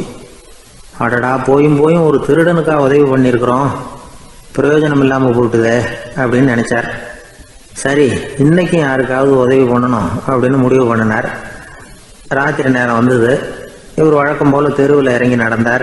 கையில் பணம் முடிச்சு. எதிரில் ஒரு பெண் உருவம் மங்கலா தெரிஞ்சது. இவர் உடனே அந்த பெண்கிட்ட பணத்தை கொடுத்துட்டு திருப்தியாக திரும்பி வந்துட்டார். மறுநாள் காலையில் ஊர் பூரா என்ன பேசிக்கிட்டாங்க தெரியுமா? நேற்று ராத்திரி நெறி தவறி நடக்கிற ஒரு பெண்ணின் கையில் யாரோ பணத்தை வச்சுட்டு போயிருக்கிறாங்க அப்படின்னு எல்லாரும் பேசிக்கிறாங்க. அடடா, இன்னைக்கும் தவறுதலாக நடந்து போச்சு அப்படின்னு ஒரு வருத்தப்பட்டார். இருக்கட்டும், இன்னைக்கும் ஏதாவது தர்மம் பண்ணுவோம் அப்படின்னு நினச்சிக்கிட்டாரு. 3வது நாள் ராத்திரியும் புறப்பட்டார். இப்பவும் எதிரில் ஒருத்தர் வந்தார். இவர் பணத்தை கொடுத்தார், திரும்பி வந்துட்டார். மறுநாள் மக்கள் என்ன பேசிக்கிட்டாங்கன்னா, நேற்று ராத்திரி ஒரு செல்வந்தர் கையில் யாரோ பணத்தை கொடுத்துட்டு போயிருக்கிறாங்க அப்படின்னு பேசிக்கிட்டாங்களாம். அவருக்கு ரொம்ப வருத்தமாக போட்டுது. என்ன இது தினம் இப்படி ஆகிட்டு இருக்குதே அப்படின்னு நினச்சிக்கிட்டே படுத்து தூங்கினார். அன்னைக்கு ராத்திரி ஒரு கனவு. அந்த கனவுல இறைவன் வந்து சொன்னாராம், இதை பாருப்பா, நீ கொடுத்த தர்மம் வீணா போயிடல. உன்கிட்ட பணம் வாங்கின அந்த திருடன் திருந்திட்டான், அந்த பொண்ணும் திருந்திட்டா, அந்த செல்வந்தனும் கொடையாளி ஆயிட்டான், எல்லாருக்கும் உதவி பண்ண ஆரம்பிச்சுட்டான் அப்படின்னு சொன்னாராம். இந்த கதையை சொன்னவர் யாருன்னா நபிகள் நாயகம். இதில் உள்ள கருத்து என்னன்னா, நல்ல மனசோட தர்மம் பண்ணுனா அது வீணா போறதில்லை. இன்னொரு கருத்து, தர்மம் வந்து தன்னை மட்டுமல்ல அடுத்தவங்களையும் தீமையிலிருந்து காப்பாற்றும். இதுதான் நாம புரிஞ்சுக்க வேண்டியது. இந்த காலத்திலையும் இது மாதிரி சில சம்பவங்கள் நடக்கிறது உண்டு. ஒரு பெரியவர் இருட்டில் நடந்து வந்துகிட்டு இருந்தாரு. எதிரில் வந்த ஒருத்தன் வலுக்கட்டாயமாக ஒரு கையை பிடிச்சி ஒரு பண முடிப்பை கொடுத்து வச்சுக்க சொல்லிவிட்டு விலகி போயிட்டான். பெரியவருக்கு ஆச்சரியம், இந்த காலத்திலையும் இப்படி வலது கை கொடுக்கறது இடது கைக்கு தெரியக்கூடாதுன்னு நினைக்கிற கொடையாளிகள் உண்டு போல இருக்கு அப்படின்னு யோசனை பண்ணிக்கிட்டே நடந்தார். கொஞ்சம் தூரம் போயிருப்பாரு. அதுக்குள்ள அதே ஆள் திரும்பி வந்தான். கொடுத்த பண முடிப்பை திருப்பி கொடுங்க அப்படின்னு கேட்டு வாங்கிட்டான். இவருக்கு ஒன்றும் புரியல. ஏன் இப்படி பண்ணுறேன்னார். அது ஒன்றும் இல்லைங்க, கொஞ்ச நேரம் இதை உங்ககிட்ட கொடுத்து வச்சிருந்தேன் அவ்வளவுதான் அப்படின்னா. ஏன்னு கேட்டார். என்னை பின்னாடி போலீஸ் தேடிக்கிட்டு வந்துகிட்டு இருக்குது, அதுதான் அப்படி பண்ணேன், இப்போ போயிட்டு இனிமே ஒன்றும் பயமில்லை அப்படின்னு சொல்லிவிட்டு அவன் பாட்டுக்கு நடந்து போறான். ஒரு ஊர்ல ஒரு ஆள் இருந்தான், தையல் கடை வச்சிருந்தான். அவங்கிட்ட ஒருத்தன் ஒரு சட்டை துணி எடுத்து கொடுத்து தைக்க சொல்லியிருந்தான். வர்ற சனிக்கிழமை வா வந்து வாங்கிட்டு போ அப்படின்னு அவன் சொல்லியிருந்தான். அதே மாதிரி இவன் வந்தான். அவன் தச்சு வச்சிருந்த சட்டையை கொடுத்தான். இவன் வாங்கி அங்கேயே போட்டு பார்த்தான். கை நீளம் ஒன்றுக்கு ஒன்று வித்தியாசமா இருந்தது. வலது கை இடது பக்கத்தை விட நீளம் குறைச்சலா இருந்தது. அவன் முணுமுணுக்க ஆரம்பிச்சுட்டான், என்ன இது இப்படி தைச்சுட்டியேன்னு. இதுக்கு அவன் சொன்னான், ஐயையோ இதுக்காகவா சங்கடப்படுறீங்க, வலது கையை மட்டும் கொஞ்சம் உள்ள இழுத்தாப்புல வச்சுக்கிட்டீங்கன்னா சரியா போகுது, மற்றபடி அந்த சட்டையில உள்ள கலை அம்சத்தை கவனிங்க, எவ்வளவு அற்புதமா தச்சிருக்கேன் பாருங்க, ஒரு சின்ன குறைய இப்படிலாம் பொருட்படுத்த வேண்டியதில்லை, நான் சொன்னது மாதிரி கையை கொஞ்சம் உள்ள இழுத்தது மாதிரி வச்சுக்கிட்டு நடந்து போங்க, ஜோரா இருக்கும் அப்படின்னா. அவனும் யோசிச்சு பார்த்தான். சரியான யோசனையா தான் தோணுச்சு. கொஞ்சம் முயற்சி பண்ணி வலது கையை கொஞ்சம் உள்ள இழுத்து சட்டை சரியா இருக்கிறது மாதிரி பண்ணிட்டான். இப்போ மறுபடியும் ஒரு பிரச்சனை. வலது கையை உள்ள இழுத்த மாதிரி அப்படியே வச்சுக்கிட்டதும் முதுகு பக்கம் கொஞ்சம் துணி தளர்த்தியா தொங்குறது மாதிரி தெரிஞ்சது. என்ன இது முதுகு பக்கம் துணி குவிஞ்சுட்டுதே தொங்குதே அப்படின்னா மறுபடியும், அடடா இதுக்காகவா கவலைப்படுறீங்க, உடம்ப அதுக்கு தகுந்த மாதிரி கொஞ்சம் வளைச்சிக்கிட்டா சரியா போடுது, இதுக்காக அந்த அழகான தையலை பிரிச்சு அதுல உள்ள கலை அம்சத்தை கெடுக்கிறதுக்கு என் மனசு இடம் தரல, எவ்வளவுக்கு தளர்த்தியா இருக்கோ அவ்வளவுக்கு கொஞ்சம் உடம்ப வளைச்சி அப்படி குனிஞ்சது மாதிரி போங்க போதும் அப்படின்னா. அதுவும் நல்ல யோசனையா தான் பட்டுது இவனுக்கு. சரின்னு சொல்லிவிட்டு புறப்பட்டான். தெருவில் இறங்கினா, கையை கொஞ்சம் உள்ள இழுத்தான், உடம்ப கொஞ்சம் முன்னால வளைச்சான், சட்டைக்கு தகுந்த மாதிரி உடம்ப பண்ணிட்டான், மெதுவா நடந்து போறான். இப்போ எதிரில் இன்னொருத்தன் வரான். இவனை பார்க்கறான், இவன் போட்டிருக்கிற சட்டையை பார்க்கறான், ஆஹா அற்புதம்ங்கிறான். சும்மா சொல்லக்கூடாது, ரொம்ப நல்லா இருக்கு, நிச்சயமா இது இந்த ஊர் மேல தெருவில் இருக்கிற ஒருத்தன் இருக்கானே அவன் தைச்சதா தான் இருக்கணும் அப்படின்னா. இதை கேட்டதான் அவனுக்கு ஆச்சரியம், எப்படி அவ்வளவு கரெக்டா கண்டுபிடிச்சிங்க அப்படின்னு கேட்டிருக்கான். இதுக்கு அந்த வழிபோக்கன்னு சொன்னானா, அவன் ரொம்ப கெட்டிக்காரன், உங்களை மாதிரி உடம்பும் கையும் வளைஞ்சு போன ஒரு ஆசாமிக்கு அவனை தவிர வேற யாராலேயும் இவ்வளவு பொருத்தமான ஒரு சட்டையை தைக்க முடியாது அப்படின்னானா. பாருங்க, அவனுக்காக இவன் அனுசரிக்க போய் இவனோட நிலைமை எப்படி ஆயிடுது பாருங்க. இதே மாதிரி தான் சில சடங்குகளும் சம்பிரதாயங்களும் நம்மளை கோமாளி ஆக்கி விட்டுரும். எதுவா இருந்தாலும் அதுல அறிவுபூர்வமான அணுகுமுறை அவசியம். ஒரு நர்ஸ் அவசரமா ஓடி டாக்டர் கிட்ட சொல்லிச்சான், டாக்டர் ஒரு தப்பு நடந்து போச்சு, 10ஆம் நம்பர் பெட்ல இருக்கிற பேஷண்ட்டுக்கு காலில் ஆபரேஷன் பண்றதுக்கு பதிலாக கையில் ஆபரேஷன் பண்ணி விட்டீங்க, கை ஆபரேஷன் பண்ணிக்க வேண்டிய ஆள் 7ஆம் நம்பர் பெட்ல இருக்கார் அப்படின்னு தான். அதுக்கு ஒரு பதட்டப்படாம சொன்னாராம், பரவாயில்ல இவரை தூக்கி 7ஆம் நம்பர் பெட்ல போட்டுரு அப்படின்னாராம். அவர் ஒரு பெரிய குடும்பத்துல பிறந்தவர். இருக்கிற சொத்துக்கள் எல்லாத்தையும் வாரி வழங்கி விட்டு காட்டுக்கு புறப்பட்டார் தவம் செய்யறதுக்காக. இருந்தது பூராவும் கொடுத்துட்டார், இனிமே எதுவுமே இல்லை கொடுக்கறதுக்கு. அப்போ கடைசியா ஒருத்தன் கையை நீட்டினானா, ஐயா ஏதாவது கொடுங்கன்னு இருக்கான். அவர் பார்த்தார், கட்டி இருக்கிற வேட்டியை தவிர வேற எதுவுமே இல்லை, 8 முழம் பட்டு வேட்டி ஜரிகை கரையோடு இருக்குது. கடைசியா அதை தான் எடுத்துக்கிட்டு அவர் புறப்பட்டு இருக்கார். அவர் பார்த்தார், எதிரில் அவன் பரிதாபமா நின்றுட்டு இருக்கிறான். அந்த 8 முழ வேட்டியை 2ஆ கிழிச்சார். 4 முழத்தை அவங்ககிட்ட கொடுத்தாரு, மீதி 4 முழத்தை தன்னுடைய இடுப்புல கட்டிட்டு அவர் காட்டுக்கு போயிட்டார். இவன் என்ன பண்ணான் தெரியுமா, கையில கிடைச்ச 4 முழத்தை எடுத்துக்கிட்டு கடை வீதிக்கு போனான். பழைய பட்டு வேட்டி ஜருகை இதையெல்லாம் விலைக்கு வாங்குற வணிகர் ஒருத்தர் இருக்கார், அவர்கிட்ட போனான். இதை விலைக்கு எடுத்துக்கிறீங்களா அப்படின்னு கேட்டிருக்கான். அவர் வாங்கி பார்த்துருக்கார். ஆஹா இது ரொம்ப அருமையான வேட்டி, விலை உயர்ந்த ஜருகை, இது ஏது உனக்கு அப்படின்னு கேட்டாரான். அவன் நடந்தது சொல்லியிருக்கான். அப்படின்னா ஒன்று செய்ய, இந்த வேட்டியோட இன்னொரு பாதியையும் மெதுவாக வாங்கிட்டு வந்துரு, உனக்கு நிறைய பணம் தர்றேன் அப்படின்னாரான் அந்த வணிகர். இவன் கொஞ்சம் யோசனை பண்ணி பார்த்தான். கொஞ்சம் இருங்க வந்துடுறேன் அப்படின்னு சொல்லிவிட்டு நேராக காட்டுக்கு போனான். அவர் எங்கே இருக்காருன்னு தேடி கண்டுபிடிச்சான். அவர் ஒரு இடத்துல தவக்கோலத்தில் இருக்கிறார். கட்டியிருந்த இடவேட்டியும் அவர் அறியாமல் நழுவி கீழே விழுந்து கிடக்குது. இவனுக்கு ரொம்ப வசதியாக போச்சு. அவரை கேட்க வேண்டிய அவசியமே இல்லை. மெதுவாக சத்தம் போடாமல் அடி மேலே அடி வச்சு நெருங்கினா. அவர் கண்ணை மூடிக்கிட்டு அவர் பாட்டு நின்றுட்டு இருக்கிறார். இவன் மெதுவாக போய் கீழே கிடந்த அந்த துணியை எடுத்துக்கிட்டு சத்தம் போடாமல் திரும்பி நடந்தான். ஒரு 2-3 அடி எடுத்து வச்சிருப்பான். அப்படி ஓட ஆரம்பிக்கிற சமயத்தில் அவன் காலில் கீழே கிடந்த முள்ளு ஒன்று நறுக்குன்னு தச்சு விட்டுது. வலி தாங்க முடியாமல் அம்மான்னு கத்திருக்கான். இந்த சத்தத்தினால கண்ணை மூடி நின்றுகிட்டு இருந்த அவரோட தவம் கலைஞ்சது. மெல்ல கண்ணை திறந்து பார்க்குறார். தன் இடையில இருந்த வேட்டி அவன் கையில் இருக்கு. இப்போ அவர் நினைக்கிறார், என்ன நினைக்கிறாருன்னா, இந்த வேட்டி மீது நான் வைத்த ஆசையல்லவா அவனை திருடனாக ஆக்கி விட்டது அப்படின்னு நினைச்சாராம். இந்த வேட்டி மேல நாம வச்ச ஆசை அவனை திருடும்படி ஆக்கி விட்டதே அப்படின்னு நினைச்சாராம்.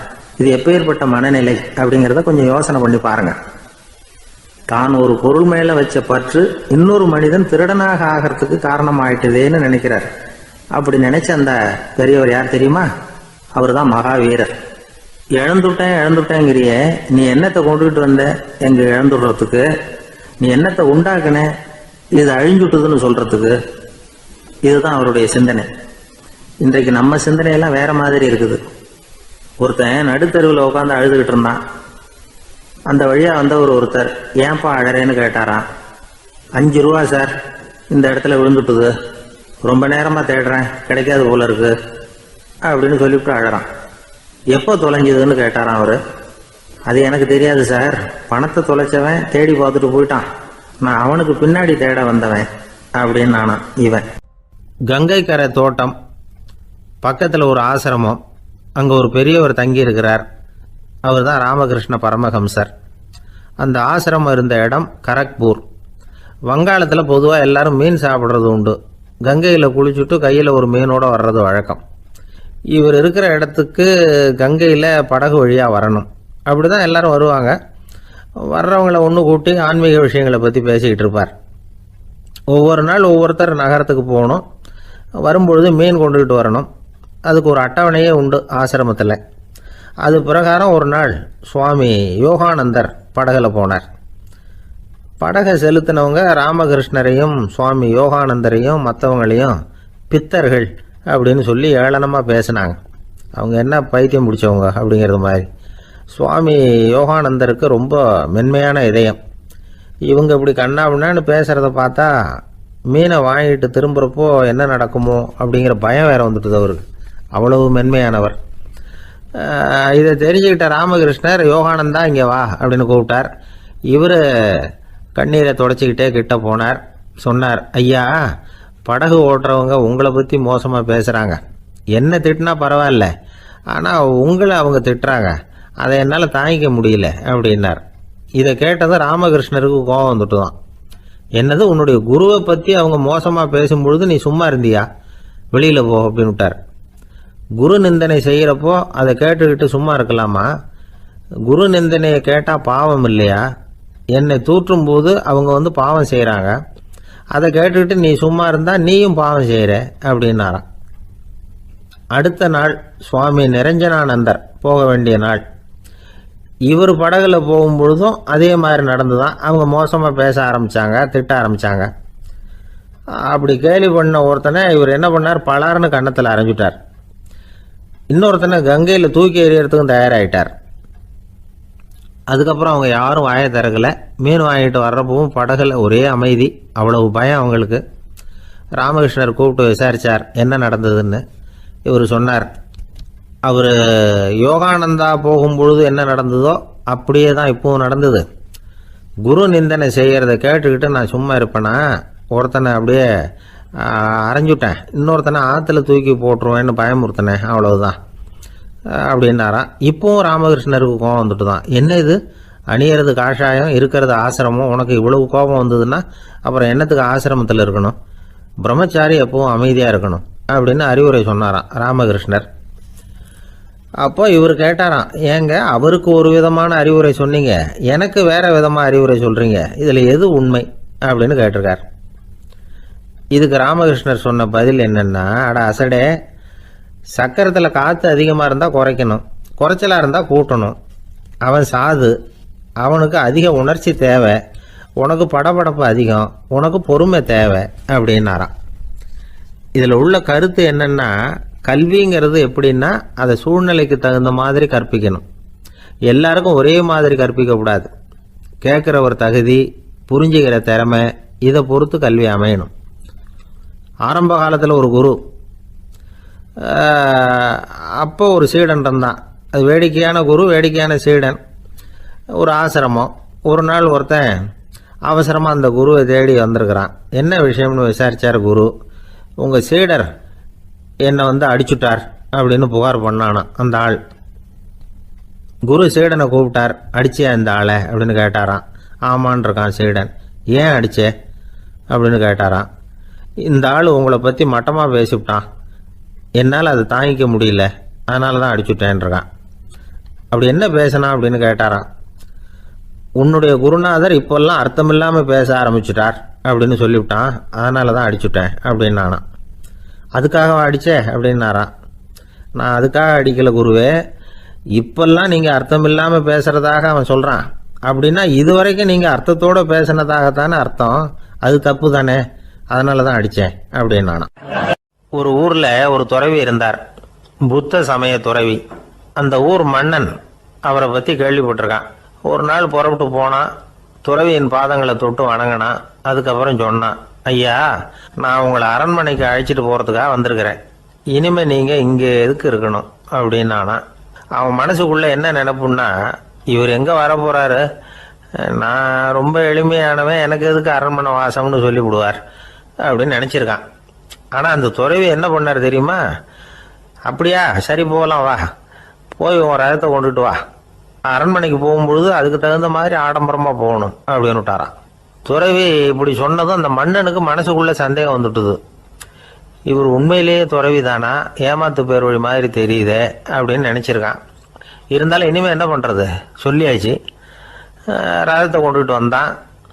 துறவி ஏறி உக்காந்தார். பக்கத்தில் ராஜா. அவர் ரொம்ப உற்சாகமாக வரார். இவன் ரொம்ப சோர்ந்து போய் வரான். துறவி மரத்தடியிலேயே வாழ்ந்து பழக்கப்பட்டவர், அரண்மனையில் எளிமையாக ஒரு இடத்துல உட்காந்துக்குவார் அப்படின்னு நினைச்சான். ஆனால் அப்படி இல்லை. அரண்மனைக்கு வந்த உடனே அந்த துறவி அதை கொண்டுட்டு வா, இதை கொண்டுட்டு வான்னு சொல்லி உத்தரவு போட ஆரம்பிச்சுட்டார். அரண்மனையில் இருந்தால் அரசனை மாதிரி இருக்கணும் அப்படிங்கிறார். ராத்திரி பூரா சௌரியமாக தூங்கினார். பகலில் அரண்மனை தோட்டத்தில் உலாவ வேண்டியது, நீச்சல் குளத்தில் குளிக்க வேண்டியது, இப்படியே பொழுது போக்கிட்டு இருக்கிறார். அந்த அரண்மனையில் துறவி மகிழ்ச்சியாக இருக்கிறார். மன்னனால் அப்படி இருக்க முடியல. அவருக்கு எந்த கவலையும் இல்லை, இவனுக்கு அரசாங்க கவலைகள். துறவி அப்படி இருக்கிறத இவனால் தாங்கிக்க முடியல. ஒரு நாள் அவர்கிட்டே போய், நான் உங்ககிட்ட கொஞ்சம் பேசணும் நானா. துறவி பார்த்தார். நான் இந்த அரண்மனைக்கு வரும்பொழுதே நீ என்னமோ என்கிட்ட கேட்கணும்னு நினைச்ச, ஏன் காலதாமதம், நீ அனாவசியமாக உன்னையே தொந்தரவு பண்ணிட்டு இருக்கிற, நீ கவலையாக இருக்கேங்கிறது எனக்கு புரியுது. நான் மரத்தடியில் இருந்தப்போ கூட என்னை அடிக்கடி சந்திச்சுக்கிட்டு இருப்பேன், ஏதாவது விளக்கம் கேட்கறது உண்டு. இங்கே வந்த பிறகு என்னை சந்திக்கிறது கூட அபூர்வமாக போயிட்டுது. நீ இப்போ என்ன கேட்க போறேங்கிறது எனக்கு தெரியும், இருந்தாலும் கேள் அப்படின்னாராம். வேற ஒன்றும் இல்லைங்க, இப்போ உங்களுக்கும் எனக்கு என்ன வித்தியாசம், 2 பேரும் அரண்மனையில் தான் இருக்கிறோம். நீங்கள் மகிழ்ச்சியாக இருக்கிறீங்க, நான் அப்படி இருக்க முடியல. இவ்வளவுக்கும் நீங்கள் முன்னாடி இருந்தது மாதிரி இல்லை. தினமும் தங்க தேர் கேட்குறீங்க, உயர்தரமான ஆடைகள் அணிகிறீங்க, சுவையான சாப்பாடு. இப்படி இருக்கிறப்போ உங்களுக்கும் எனக்கு என்ன வித்தியாசம்? இதுதான் மன்னனுடைய கேள்வி. இதுக்கு பதில் சொல்கிறேன், என் கூட புறப்பட்டு வா, இந்த நகரத்துக்கு வெளியில் போவோம் அப்படின்னு சொல்லி அரசனை கூப்பிட்டுக்கிட்டு ஊர் எல்லைக்கு சேர்ந்தார் துறவி. அங்கே போய் சொன்னார், இதை பாருப்பா, இந்த இடத்த தான் தேடிக்கிட்டு இருந்தேன். இனிமே நான் திரும்பி வரப்போறதில்ல. நீ என்னோட வர்றியா, திரும்பி போறியா அப்படின்னார். நான் எப்படிங்க உங்கள் கூட வர முடியும்? என்னுடைய நாடு, என்னுடைய சொத்துக்கள், மனைவி, மக்கள் எல்லாத்தையும் விட்டுட்டு எப்படிங்க வர்றதுன்னா. இப்போ அந்த துறவி சொன்னார், இப்போ வித்தியாசத்தை தெரிஞ்சுக்கிட்டியா? நான் அரண்மனையில் இருந்தேன், எல்லா வித பொருள்களும் உடையவனா இருந்தேன், ஆனால் எதையும் சொந்தம் கொண்டாடுறவனா இருக்கல. ஆனால் நீ அப்படி இல்லை, எல்லாத்தையும் சொந்தம் கொண்டாடிக்கிட்டு இருக்கிற. இதுதான் நமக்குள்ள வித்தியாசம் அப்படின்னு சொன்னார். அரண்மனை ஆடைகளை அப்படியே களைஞ்சார், அரசங்கிட்ட கொடுத்தார். உன்னுடைய ஆடைகளை நீயே வச்சுக்கோன்னார். அவர் பாட்டுக்கு நடந்து போனார், திரும்பியே பார்க்கல. அரசனுக்கு அப்பதான் தன்னுடைய அறியாமை விளங்குச்சான். இதுல இருந்து நாம புரிஞ்சுக்க வேண்டியது என்னன்னா, இந்த உலகத்துல எத்தனையோ பொருள்கள், அதையெல்லாம் முறையா பயன்படுத்தினா மகிழ்ச்சி. அதை விட்டுட்டு அதுக்கெல்லாம் சொந்தம் கொண்டாட ஆரம்பிச்சா கவலை. நம்ம ஆட்கள் சொந்தம் கொண்டாடுற விதமே தனி. ஒரு ஆளு இன்னொருத்தங்கிட்ட ஒரு கொடை கடன் வாங்கியிருந்தான், திருப்பி கொடுக்கல. கொடையை கொடுத்தவன் கேட்டான், என்கிட்ட கடன் வாங்கினிய கொடை, அதை கொஞ்சம் திருப்பி தர்றியான்னா. அது உனக்கு இப்போ அவசரமா தேவைப்படுதா அப்படின்னு கேட்டான் இவன். எனக்கு தேவைப்படல, அந்த கொடையை நான் யாருக்கிட்ட வாங்கியிருந்தேனோ அவனுக்கு இப்போ அது அவசரமா தேவைப்படுது அப்படின்னு அந்த ஆள். ஒரு பெரியவர் உட்கார்ந்துருக்கிறார். அவரை சுற்றி அவருடைய தோழர்கள் உட்கார்ந்துருக்கிறாங்க. ஏதோ ஒரு முக்கியமான செய்தியை அவர் அவங்களுக்கு சொல்லிகிட்டு இருக்கிறார். அவங்களும் ஆர்வமாக கேட்டுக்கிட்டு இருக்கிறாங்க. இந்த சமயத்தில் யாரோ ஒரு ஆள் வேகமாக அங்கே வர்றார். வர்ற வேகத்திலேயே எனக்கு ஏதாவது உதவி செய்யுங்க அப்படின்னு கேட்டுக்கிட்டே வர்றார். கேட்கறது உதவி, ஆனால் குரல் மிரட்டுறது மாதிரி இருக்கு, அதட்டி கேட்கறது மாதிரி இருக்கு. இதை கேட்டதும் அந்த பெரியவர் ஆத்திரப்படலை, ஆனால் அவரை சுற்றி இருந்தவங்க ஆத்திரப்பட்டாங்க. இதை பெரியவர் கவனிச்சார். கொஞ்சம் அமைதியாக இருங்கன்னார். வந்தவரை கூப்பிட்டார். அவருக்கு சில பொருள்களை கொடுத்தார். என்னங்க இப்போ உங்களுக்கு மகிழ்ச்சி தானே அப்படின்னார். ஆ அப்படின்னு அலட்சியமா அவர் சொல்கிறார். நான் உங்களை நல்ல முறையில் நடத்தினேன்னா அப்படின்னு கேட்குறாரு அவர் மறுபடியும். அதெல்லாம் ஒன்றும் இல்லை அப்படின்னு சொல்லி அவர் சொல்லிகிட்டு இருக்கிறாரு. குரலில் கடுமை குறையில. சுற்றி இருந்தவங்களால இதை பொறுத்துக்க முடியல. கோபத்தோடு அவரை நோக்கி நெருங்க ஆரம்பித்தாங்க. பெரியவர் அவங்களையெல்லாம் தடுத்து நிறுத்தினார். வந்தவரை வாங்க என்னோட அப்படின்னு சொல்லி அழைச்சிட்டு போனார். வீட்டுக்கு போனார். அங்கே போனதும் இன்னும் சில பொருள்களை எடுத்து அவர்கிட்ட கொடுத்தார். இப்போ திருப்தி தானே, நான் உங்ககிட்ட நல்ல முறையில் நடந்துக்கிட்டேனா அப்படின்னார். அவர் முகம் இப்போ தான் கொஞ்சம் மலர்ந்தது. ரொம்ப நன்றி, இறைவன் உங்கள் குடும்பத்துக்கு எல்லா நன்மைகளையும் செய்வான் அப்படின்னு சொன்னார். இதே வார்த்தைகளை என்னுடைய தோழர்கள்கிட்டே சொல்லிட்டீங்கன்னா அவங்க கோபம் தணிஞ்சிரும், வர முடியுமான்னார். கண்டிப்பாக வர்றேன் அப்படின்னாரு. மறுநாள் காலையில் அந்த இடத்துக்கு வந்தார். அதே மாதிரி சொல்லிவிட்டு அவர் போயிட்டார். தோழர்கள்லாம் ரொம்ப வியப்போடு பெரியவரை பார்த்தாங்க. அந்த பெரியவர் தான் நபிகள் நாயகம். அவர் சொன்னார், ஒருத்தன் ரொம்ப ஆசையாக ஒரு ஒட்டகத்தை வளர்த்துக்கிட்டு வந்தான். ஒரு நாள் அந்த ஒட்டகம் கயத்தை அறுத்துக்கிட்டு ஓடி போயிட்டுது. அக்கம் பக்கத்தில் இருக்கிறவங்கெல்லாம் அந்த ஒட்டகத்தை பிடிக்கிறதுக்கு முயற்சி பண்ணாங்க. அதை துரத்திக்கிட்டு ஓடினாங்க. ஒட்டகம் தாறுமாறாக ஓட ஆரம்பிச்சுது. இந்த சமயத்தில் ஒட்டகத்தை வளர்த்தவன் அங்கே ஓடி வந்தான். நீங்கள் அதை ஒன்றும் செய்ய வேணாம், விட்டுருங்க, அதோட சுபாவம் எனக்கு நல்லா தெரியும், அதை சுலபமாக என்னோட வழிக்கு கொண்டுட்டு வந்துட முடியும், நான் பார்த்துக்கிறேன், விட்டுருங்கோ அப்படின்னா. எல்லாரும் விலைக்கு போயிட்டாங்க.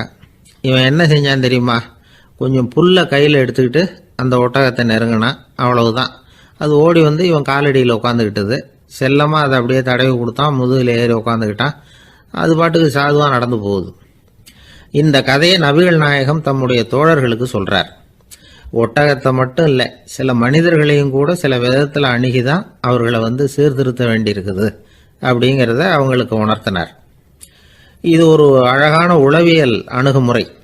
சில குடும்ப தலைவர்கள் கூட இந்த ஒட்டகம் மாதிரி நடந்துக்கிறது உண்டு, அப்புறம் அடங்கி போகிறதும் உண்டு. ஒரு குடும்ப தலைவர் காலையில் எழுந்திரிச்சதுலேருந்து சத்தம் போட்டு கத்திக்கிட்டு இருப்பார். பக்கத்தில் இருந்தவங்கெல்லாம் ஓடி போய் சமாதானம் பண்ணி பார்த்தாங்க.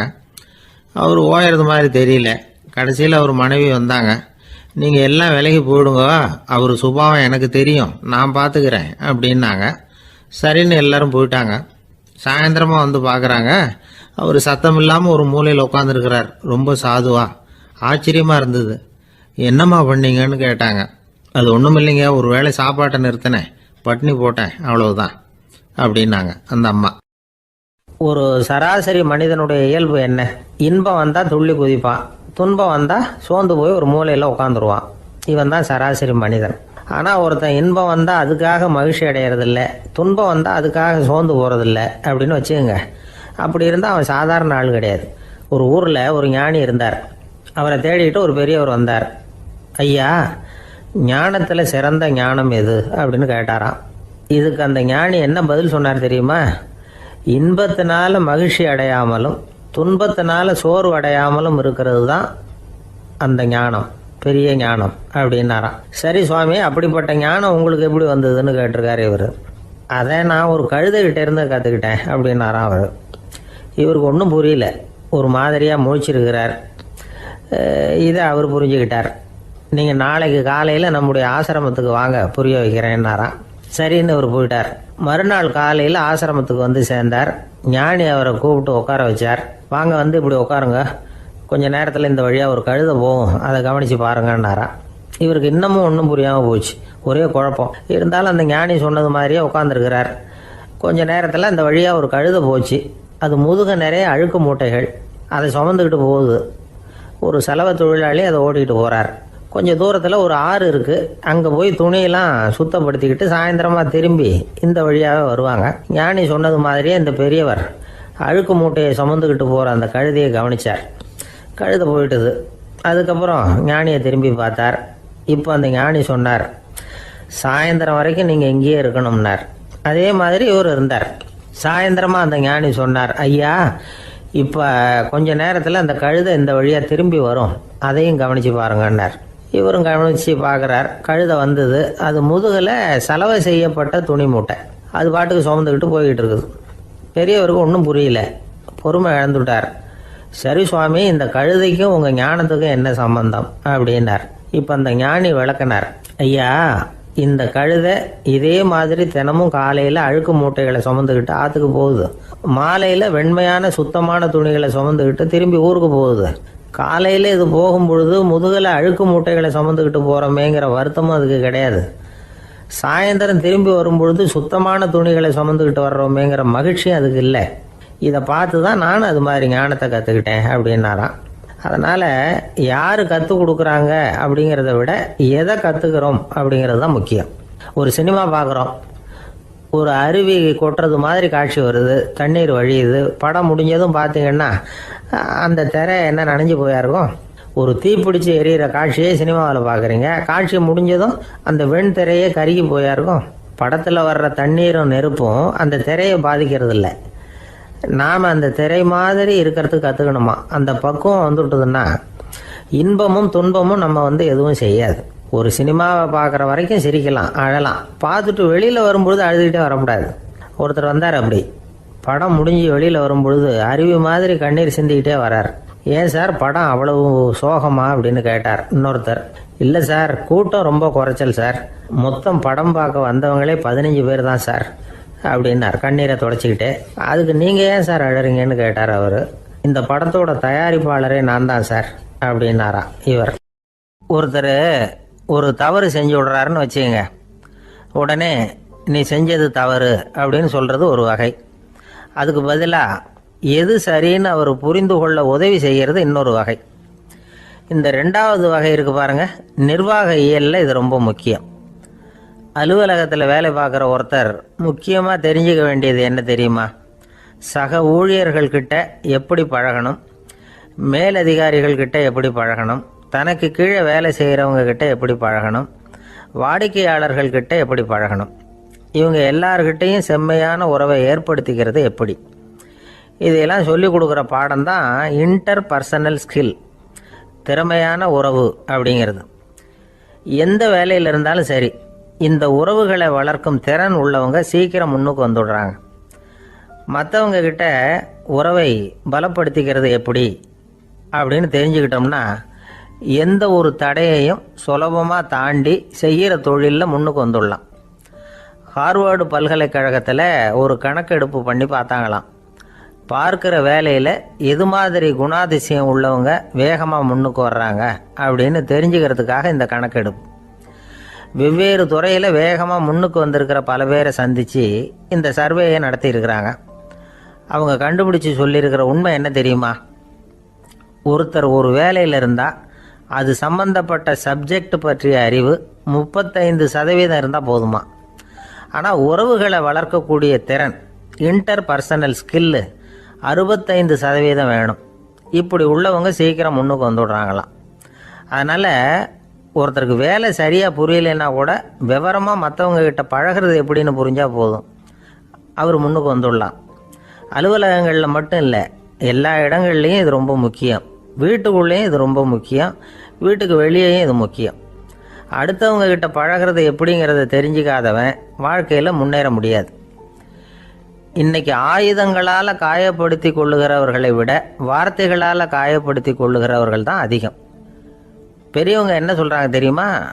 நீங்கள் இந்த பூமியில் பிறந்ததன் அர்த்தம் பூர்த்தி ஆகணும்னா அடுத்தவங்களுக்கு உதவி பண்ணுங்க. அடுத்தவங்களுக்கு உதவி செய்ய முடியாவிட்டால் கூட பரவாயில்லை, ஆனால் யாரையும் புண்படுத்தி விடாதீங்க அப்படின்னு சொல்கிறாங்க. எனக்கு தெரிஞ்ச ஒருத்தர் ஒரு அலுவலகத்தில் வேலை பார்க்குறார். அவர் சொல்லுவார், எனக்கு இந்த இன்டர்பர்சனல் ஸ்கில் ரொம்ப அதிகம் சார். சக ஊழியர்கள்கிட்ட ரொம்ப சுமூகமாக நடந்துக்குவேன். என் கூட வேலை பார்க்குற ஒருத்தருக்கு ஏதாவது ஒரு கஷ்டம்னா அந்த சமயத்தில் அவர் செய்ய வேண்டிய வேலையை நான் செஞ்சிருவேன் சார் அப்படிம்பார். நான் அவர்கிட்ட சமீபத்தில் அப்படி ஏதாவது செஞ்சுருக்கீங்களா அப்படின்னு கேட்டேன். செஞ்சுருக்கேன் சார். போன வாரம் புதன்கிழமை ஆஃபீஸில் என் பக்கத்து சீட்டுக்காரருக்கு வயிற்று வலி. உடனே நான் மெடிக்கல் லீவ் போட்டுவிட்டு எங்கள் வீட்டுக்கு போயிட்டேன் சார் அப்படின்னார். ஐயா, உங்கள் பேரை தொடர்ந்து தினம் கேட்டுக்கிட்டு இருக்கிறேன் அப்படின்னார் ஒருத்தர். தொடர்ந்து கேட்குறீங்களே, உங்களுக்கு காது வலிக்கலையா அப்படின்னு கேட்டோம். பேசுகிற உங்களுக்கே வாய் வலிக்கல அப்படிங்கிறப்போ கேட்குற எங்களுக்கு எப்படி காது வலிக்கும் அப்படின்னார். நம்ம உடம்புல ஒரு அதிசயம் என்ன தெரியுமா? ரொம்ப நேரம் நாம் நடக்கிறோம்னு வச்சுக்கோங்க, கால் வலிக்கும். ரொம்ப நேரம் வேலை செஞ்சால் கை வலிக்கும், உடம்பு வலிக்கும். ரொம்ப நேரம் பார்த்துக்கிட்டே இருந்தால் கண்ணு வலிக்கும். ரொம்ப நேரம் பேசிக்கிட்டே இருந்தால் வாய் கூட வலிக்கும். ஆனால் ரொம்ப நேரம் கேட்டுக்கிட்டே இருக்கிறதுனால காது வலிக்கிறது இல்லை. அதனால் கேட்கறதுக்கு முக்கியத்துவம் கொடுத்தாங்க நம்ம பெரியவங்க. திருவள்ளுவர் தேவையில்லாமல் வார்த்தைகளை உபயோகப்படுத்த மாட்டார். ஒரு திருக்குறள்னு எடுத்துக்கிட்டாவே அதில் மொத்தம் 7 வார்த்தைகள், அவ்வளவுதான். அப்படி 7 வார்த்தைகள் மட்டுமே உள்ள ஒரு திருக்குறளில் வள்ளுவர் ஒரே வார்த்தையை 5 தடவை உபயோகப்படுத்தியிருக்கிறார், திரும்ப திரும்ப பயன்படுத்தியிருக்கிறார். அப்படின்னா அதை எந்த அளவுக்கு வலியுறுத்தி சொல்கிறார் அப்படிங்கிறத நாம் புரிஞ்சுக்கணும். அது என்ன குறள்? செல்வத்துள் செல்வம் செவிச்செல்வம், அச்செல்வம் செல்வத்துள் எல்லாம் தலை. செவிச்செல்வம்ங்கிறது அவ்வளவு முக்கியமானது. கற்றலின் கேட்டல் நன்று. அதிகம் கேட்கணுங்கிறதுக்காகத்தான் எவ்வளவு கேட்டாலும் காது வலிக்கிறது இல்லை. குறைச்சலாக பேசணும், அதிகமாக கேட்கணும். இன்னொரு விஷயம் கவனிங்க, நம்ம உடம்புல கண்ணுக்கு மூடி இருக்குது, எதையாவது நாம் பார்க்க விரும்பலைன்னா உடனே கண்ணை மூடிக்கலாம். நம்ம வாய்க்கு மூடி இருக்குது, பேச விருப்பம் இல்லையா, வாயை மூடிக்கலாம். மூக்குக்கு கூட மூடிக்கிற வசதி இருக்குது, எதையாவது முகர விருப்பம் இல்லையா, மூச்சை அடக்கிக்கலாம். ஆனால் பாருங்கள், காதுக்கு மூடி கிடையாது, அதை கையால் தான் மூட முடியும். யார் என்ன சொன்னாலும் அது நல்லதோ கெட்டதோ காதில் விழுந்துக்கிட்டு தான் இருக்கும். அறிவு தான் நல்ல விஷயங்களை எடுத்துக்கிட்டு கெட்ட விஷயங்களை விட்டுடணும். நல்ல கருத்துக்கள் நம்ம காதில் நிறைய விழுந்துக்கிட்டே இருக்கணும். அதை கேட்டு நாம் நல்லபடியாக வாழணுங்கிறது தான் படைப்பின் விருப்பம். ஆன்மீகவாதிகள் கூட ஒன்று சொல்லுவாங்க, அதாவது ஆன்மீக பாதையில் நீங்கள் முன்னேறணும்னா முதல்ல சிரவணம் செய்யணும்பாங்க. அதாவது பெரியவங்க சொல்கிற நல்ல கருத்துக்களை கேட்கணும் அப்படின்னு அதுக்கு அர்த்தம். அதனால் யார் நல்ல கருத்துக்களை சொன்னாலும் அதை காது கொடுத்து கேளுங்க. இவ்வளவு கருத்துக்களையும் நம்ம நேயர் ஒருத்தர்கிட்ட சொல்லிகிட்டு இருந்தோம். அவரும் சரி சரின்னு தலையாடிக்கிட்டே இருந்தார். அப்புறம் சொன்னார், நீங்கள் சொல்கிறது சரிதான் சார், காதுக்கு மூடி இல்லைங்கிறது ரொம்ப சரி. அதனால தான் உங்கள் தகவல் கூட நாங்கள் விரும்புகிறோமோ இல்லையோ தினம் காதில் விழுந்துக்கிட்டு இருக்குது அப்படின்னார். எங்களுக்கு ரொம்ப பெருமையாக இருந்தது. அப்படியா அப்படின்னோம். ஆனாலும் என்ன மாதிரி சில பேர் நீங்கள் தகவல் சொல்கிற சமயத்தில் காதில் மூடி இல்லையேன்னு சொல்லி கவலைப்படுறதில்ல சார் அப்படின்னார். ஏன்னு கேட்டோம். காதை மூடுறதுக்கு தானே வசதி இல்லை, ரேடியோவை மூடுறதுக்கு வசதி இருக்குதுல்ல, அதனால் டக்குன்னு அதை மூடி வச்சுருவோம் அப்படின்னார். வங்க நாவலாசிரியர் சரத் சந்திரர் ஒரு நண்பர் அவர்கிட்ட வந்தார். வழக்கமாக எல்லா எழுத்தாளர்கள்கிட்டையும் கேட்குற ஒரு கேள்வியை கேட்டார். நீங்கள் எழுத்துத்துறைக்கு வந்தது எப்படி? இதுதான் கேள்வி. அதை தெரிஞ்சு என்ன பிரயோஜனம்னார் சரத் சந்திரர். சும்மா சொல்லுங்களேன், தெரிஞ்சுக்கிறேன் அப்படின்னார் வந்தவர். சரி சொல்கிறேன்னு ஆரம்பித்தார். நான் ரங்கூனில் வேலை பார்த்துக்கிட்டு இருந்தேன். சம்பளம் பத்தல, வேலையும் பார்த்துக்கிட்டு ஒரு பலசரக்கு கடை வைக்கலாம்னு நினச்சேன். என்னால் மளிகை கடை வச்சு சரியாக நடத்த முடியுமாங்கிற சந்தேகம் என் மனைவிக்கு. அதை சோதனை பண்ணி பார்க்கணுங்கிறதுக்காக சில பொருள்களின் அளவு, அதோட விலை, இப்படி சிலதை சொல்லி எல்லாத்தையும் மனக்கணக்காக கூட்டி போட சொன்னாங்க. என்னால் சரியாக கூட்டி சொல்ல முடியல. உங்களால் மளிகை கடை நடத்த முடியாதுன்னு சொல்லிவிட்டாங்க. உடனே என்ன பண்ணுறது, வேறு வழி இல்லை, கதை எழுத ஆரம்பிச்சிட்டேன் அப்படின்னார். கேட்டவருக்கு சிரிப்பு வந்துட்டு தான். சரத் சந்திரர் ஒரு பக்கம் சீரியஸான நாவல்கள், சிறுகதைகள் எழுதியிருந்தாலும் அவருடைய இன்னொரு பக்கம் வேற விதம். நண்பர்கள்கிட்ட பேசும்பொழுதும் சரி, அவர்களுக்கு கடிதங்கள் எழுதும்போதும் சரி, கேலியும் கிண்டலும் நகைச்சுவை உணர்வும் அதிகமாக இருக்கும். காந்திஜி ஒரு சமயம் கல்கத்தாவுக்கு வந்திருந்தார். தேசபக்தர்கள் பல பேர் அவர்கிட்ட பேசிக்கிட்டு இருந்தாங்க. அப்போது சரத் சந்திரரும் அங்கே இருந்தார். கிரண் சங்கர் ராய் அப்படிங்கிறவரும் அங்கே இருந்தார். அவர் சொன்னாராம், காந்திஜியோட பழகிய முதல் வங்காளி நான் தான். போயர் யுத்த காலத்தில் இவர் லண்டனுக்கு வந்திருந்தப்போ என்கிட்ட தான் வங்காள மொழி கற்றுக்கிட்டார் அப்படின்னாராம். உடனே சரத் சந்திரர் காந்திஜியை பார்த்து, இவர் உங்களுக்கு வங்காள மொழி கற்றுக் கொடுத்தது உண்மைதானா அப்படின்னாராம். ஆமான்னாராம் காந்தி. அதனால தான் உங்களால் வங்காள மொழி கற்றுக்க முடியல அப்படின்னாராம். எல்லாரும் சிரிச்சாங்களாம். சரத் சந்திரர் சாம்தாபேர் அப்படிங்கிற கிராமத்தில் தங்கியிருந்தார். ஒரு இலக்கிய நிகழ்ச்சியில் கலந்துக்கிறதுக்காக. அதுக்காக ஒரு கல்கத்தாவுக்கு போக வேண்டிய சூழ்நிலை. அதுக்காக புறப்பட்டார். அந்த சமயத்தில் பின்னாடி இருந்து யாரோ அவரை கூப்பிட்டாங்க. இப்படி கூப்பிட்டவரை பார்த்து இன்னொருத்தர் யாரோ அதட்டி இருக்கிறாங்க. போகிறவரை ஏன் இப்படி கூப்பிடுறீங்க அப்படின்னு. ஏன் கூப்பிட்டா என்னன்னு கேட்டிருக்கார் சரத் சந்திரர். புறப்படுறவங்கள பின்னாடி இருந்து கூப்பிடுறது அபசகுனம், போகிற இடத்துல ஏதாவது ஆபத்து வரலாம் அப்படின்னு அதுக்கு விளக்கம் கொடுத்துருக்கிறார் அவர். உடனே சரத் சந்திரர் சொன்னாராம், இதோ இவங்க என்ன இலக்கிய கூட்டத்துக்கு அழைச்சிட்டு போகிறாங்களே, இதை விட வேற என்ன ஆபத்து வந்துட போகுது அப்படின்னாராம். இப்படி சரத் சந்திரருக்கு இயல்பாகவே நகைச்சுவை உணர்வு உண்டு. அவருடைய நண்பர் ஒருத்தர் வீட்டுக்கு கூப்பிட்டுருந்தார். அங்கே ஒரு கச்சேரிக்கு ஏற்பாடு பண்ணியிருந்தாங்க. சரத் சந்திரருக்கு இயல்பாகவே கச்சேரியில் நீண்ட ஆலோசனையெல்லாம் கேட்கறதுக்கு பொறுமை இருக்காது. அதனால் மெதுவாக பாட போகிறவர் எப்படி அப்படின்னு கேட்டிருக்கார். அவருக்கு ரொம்ப நல்லா பாட தெரியும் அப்படின்னு சொல்லியிருக்கிறாங்க. அதுக்கு சரத் சந்திரர், பாட தெரியுங்கிறது சரி, பாட்டை நிறுத்த தெரியுமா அதை சொல்லுங்கள் முதல்ல அப்படின்னாராம். ஒரு இலக்கிய கூட்டம் ஏற்பாடு பண்ணியிருக்கிறோம், நீங்கள் அவசியம் அதில் பேசணும் அப்படின்னு கேட்டுக்கிட்டார் ஒருத்தர். வேணாங்க, 4 பேருக்கு முன்னாடி நிற்கிறதுனா எனக்கு ரொம்ப கூச்சமாக இருக்கும் அப்படின்னாரு இவர். ஏன் சார் இன்னமும் குழந்த மாதிரி கூச்சப்படுறீங்களே அப்படின்னார் அவர். அவரை ஒரு மாதிரியாக சமாளித்து அனுப்பி வச்சுட்டு அதுக்கப்புறம் அதை பற்றி இவர் யோசித்து பார்த்துருக்கார். சில நிபுணர்கள் எழுதியிருக்கிறத படித்தும் பார்த்துருக்கிறார். மனோதத்துவ நிபுணர்கள் என்ன சொல்கிறாங்க தெரியுமா? 10லேருந்து 20% குழந்தைகள் பிறக்கிறப்பவே கூச்ச சுபாவம் கொண்டதாக தான் இருக்குதான். ஒரு தாத்தா தன்னோட பேர பிள்ளைய ஆசையாக கூப்பிடுறார் விளையாட்டு காட்ட, அதை அழுதுகிட்டு ஓடி போகுது. ஒரு அம்மா தன்னோட பிள்ளைய பள்ளிக்கூடத்தில் சேர்க்கறதுக்காக கூப்பிட்டுக்கிட்டு போகிறாங்க. அந்த புள்ள அம்மாவோட முந்தானையில் ஒளிஞ்சிக்கிட்டு வெளியில் வரமாட்டேங்குது. இவங்களெல்லாம் எப்படி சமாளிக்கிறது? குழந்தைகளோட கூச்ச சுபாவத்தை போக்குறது எப்படி? இதுக்கு நிபுணர்கள் சில யோசனைகளை சொல்லியிருக்கிறாங்க. மற்றவங்களுக்கு முன்னாடி என் பையனுக்கு கூச்சம் ரொம்ப அதிகம் சார், மற்றவங்க பார்த்தா ரொம்ப வெக்கப்படுறான், இப்படி சொல்கிற அப்பாக்கள் உண்டு. என் பையன் புது மனுஷால பார்த்தா அட்டையாக ஒட்டிக்குவான் சார் அப்படின்னு சொல்கிற அப்பாக்களும் உண்டு. இப்படிலாம் குழந்தைகளுக்கு முத்திரை குத்துறது ரொம்ப தப்பான்.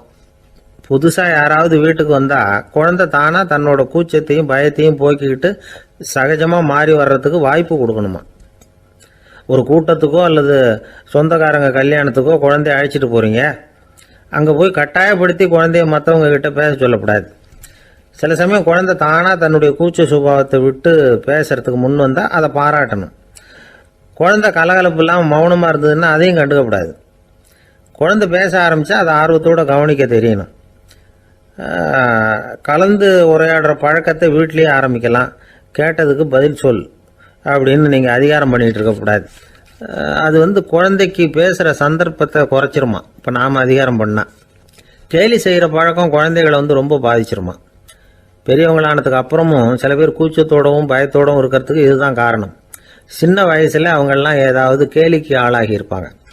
2வது குழந்தை மூத்த குழந்தைய கேலிக்கு ஆளாகிற சந்தர்ப்பங்களை கண்டு கேலி பண்ணினா அது இளம் நெஞ்சங்களை விட்டு நீங்கிறதே இல்லையா. எப்பவும் குழந்தையோட நடை உடை பாவனைகளை பற்றி சொல்லிக்கிட்டே இருக்கக்கூடாதான். அதுவே கூச்ச சுபாவத்தை கொண்டுட்டு வந்துடுமா. அப்பா எங்கேன்னு யாராவது கேட்டால் இது மாதிரி இன்ன காரியத்துக்காக வெளியில் போயிருக்கார், இத்தனை மணிக்கு திரும்பி வருவார் அப்படின்னு சொல்கிற அளவுக்கு குழந்தைகளை பழக்கப்படுத்தி வைக்கணும். ஃபோன்லேயே யாராவது விசாரித்தா கூட இது மாதிரி பதில் சொல்லு அப்படின்னு சொல்லணும். சின்ன சின்ன மீட்டிங்கில் 4 வார்த்தை பேச தயார் பண்ணலாம். ஒரு கடையிலையோ அல்லது ஹோட்டல்லையோ ஏதாவது விவரம் கேட்கணும்னா உங்கள் குழந்தைய தைரியமாக அனுப்புங்க. குழந்தைகள் பணிவாகவும் பொறுமையாகவும் விவரம் கேட்குறப்போ கூச்ச சுபாவம் தானாக போயிடும். சின்ன வயசுலேயே இப்படிலாம் பழக்கப்படுத்தினாதான் வருங்காலத்தில் தைரியமாக இந்த சமுதாயத்தில் வாழ முடியும். இல்லைன்னா 60 வயசுலேயும் அடுப்பங்கரையை விட்டு வெளில வர்றதுக்கு கூச்சப்பட்டுக்கிட்டு தான் இருக்க வேண்டியிருக்கும். இந்த காலத்து பிள்ளைங்க எவ்வளவோ பரவாயில்ல, எதுக்கும் தயங்குறதில்ல, கூச்சப்படுறதில்ல. ஒரு அம்மா அடுப்பங்கரையிலேருந்து சத்தம் போட்டாங்க, டேய் ராமு, தயவு பண்ணி அந்த டிவியை நிறுத்துறா, அந்த பெண்ணோட குரல் மகா மோசம், அடுப்பங்கரையில் இருக்கிற என்னாலேயே அதை சகிச்சிக்க முடியல அப்படின்னாங்களாம். உடனே பையன் கொஞ்சம் கூட தயங்காமல் பதில் சொல்கிறான், அம்மா, இந்த குரல் டிவியிலேருந்து வரல, எழுத்த விட்டு மாமி தான் இங்கே வந்திருக்கிறாங்க, அவங்க தான் இப்போ என்னோட பேசிக்கிட்டு இருக்கிறாங்க அப்படின்னு நானும்.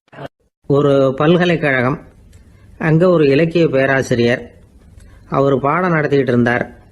ராபர்ட் ப்ரௌனிங் எழுதிய கவிதைகளை பற்றி சொல்லிகிட்டு இருக்கிறார். மாணவர்களும் ரொம்ப அக்கறையாக அதை கேட்டுக்கிட்டு இருக்கிறாங்க.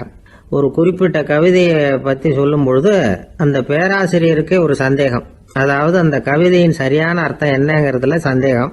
பேராசிரியர் யோசனை பண்ணார், அந்த கவிதையை முழுசாக புரிஞ்சிக்க முடியல. அதனால் மாணவர்களை பார்த்து சொன்னார், மாணவர்களே, ஒரு நாள் பொறுத்துங்க, இந்த கவிதையை எழுதின கவிஞர் எங்கள் வீட்டுக்கு பக்கத்தில் தான் இருக்கிறார்.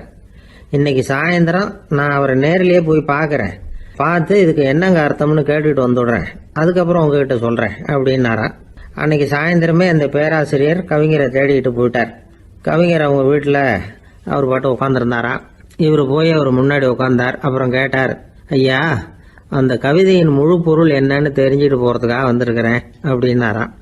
எந்த கவிதை அப்படின்னாராம் அவர். இவர் அந்த கவிதையை சொல்லியிருக்கார். கவிஞர் கொஞ்சம் யோசனை பண்ணிவிட்டு அப்புறம் சொன்னாராம், பேராசிரியரே, நீங்கள் கொஞ்சம் தாமதமாக வந்துட்டீங்கன்னாராம். இவருக்கு ஒன்றும் புரியல. நீங்கள் என்ன சொல்கிறீங்க, நான் தாமதமாக வந்துட்டேன்னா? நீங்கள் தான் உயிரோடு இருக்கிறீங்களே, அப்படி இருக்கும்பொழுது நான் தாமதமாக வந்துட்டேன்னா அது எப்படி அப்படின்னு இவர் குழம்பி இருக்கிறார். இப்போ கவிஞர் சொன்னாராம், ஐயா, நான் உயிரோடு இருக்கிறேன்னா இல்லையாங்கிறது முக்கியம் இல்லை, நான் அந்த கவிதை வரிகளை எழுதினப்போ 2 பேருக்கு அதோட அர்த்தம் தெரிஞ்சிருந்தது, இப்போ ஒரே ஒருத்தருக்கு தான் அதோட அர்த்தம் தெரியும் அப்படின்னாராம். பேராசிரியர் யோசனை பண்ணியிருக்கார். அப்படின்னா அந்த ஒருத்தர் கவிஞர் ராபர்ட் ப்ரௌனிங்கை தவிர வேற யாரா இருக்க முடியும்? இவர் தான் அப்படிங்கிறத அவர் மனசில் நினச்சிக்கிட்டார். அதனால சொன்னார், ஐயா, நான் தாமதமாக வரல, அந்த கவிதையின் பொருள் என்ன அது சொல்லுங்கன்னார். பேராசிரியரே, நான் சொல்றது உங்களுக்கு புரியலன்னு நினைக்கிறேன். நான் இந்த வரிகளை எழுதினப்போ 2 பேருக்கு அதோட அர்த்தம் தெரிஞ்சிருந்தது. அந்த 2 பேர் யாருன்னா, ஒருத்தர் ராபர்ட் ப்ரௌனிங், அதாவது நான், இன்னொருத்தர் கடவுள். இப்போ அது கடவுளுக்கு மட்டும்தான் தெரியும். நானே இதை பற்றி பல தடவை யோசனை பண்ணி பார்த்தேன். இது ரொம்ப அழகானது, ஆனாலும் ரொம்ப வழுக்கலானது. அதை பிடிச்சிட்டோம்னு நினச்சிக்கிட்டு இருக்கும் பொழுதே காற்று மாதிரி அது உங்ககிட்ட இருந்து ஓடி போயிடுது. எனக்கு ரொம்பவும் வருத்தமாக தான் இருக்குது. நிச்சயமாக நான் தான் இந்த வரிகளை எழுதியிருக்கிறேன், அதில் அர்த்தம் இருக்குங்கிறது எனக்கு தெரியும், அதை நான் உணர்றேன். ஆனால் நீங்கள் என்னை மன்னிக்கணும், எனக்கே கூட அதை என்னால் விளக்க முடியல. அப்படி இருக்கும் பொழுது உங்களுக்கு எப்படி அதை நான் விளக்க முடியும் அப்படின்னாரா அந்த கவிஞர். அனுபவிக்கப்படக்கூடிய எல்லாமே விளக்கப்படக்கூடிய ஒன்றல்ல, விளக்கப்படும் எல்லாமே அனுபவிக்கப்படக்கூடிய ஒன்றல்ல அப்படிங்கிறது ஞானிகளுடைய கருத்து. அதுக்காக தான் அந்த சம்பவம். வாழ்க்கையில் நீங்கள் தொடர்ந்து ஆய்வு செய்து கொண்டே இருக்கக்கூடிய விளக்கங்களை ஒருபோதும் அடைய முடியாத பரிமாணங்கள் இருக்கிறதுனால தான் அது அலுப்பு தட்டாமல் இருக்குது. உங்களால் நிறைய அனுபவிக்க முடியும், இருந்தாலும் நீங்கள் அனுபவித்து அறிந்த விஷயங்கள் கூட வார்த்தைகளால் விளக்கப்பட முடிவதில்லை அப்படிங்கிறது பெரியோர் சிந்தனை. இதெல்லாம் ஒரு பக்கம் இருக்கட்டும். நமக்கு தெரிஞ்ச பேராசிரியர் ஒருத்தர் 1 மணி நேரம் ரொம்ப விவரமாக வகுப்பு எடுத்தார். கடைசியாக சொன்னார், மாணவர்களே, ரொம்பவும் எளிமையாக விளக்கமாக எல்லா விவரமும் சொல்லியிருக்கிறேன், அதனால் இதில் உங்களுக்கு சந்தேகம் வர்றதுக்கு வாய்ப்பே இல்லை. இருந்தால்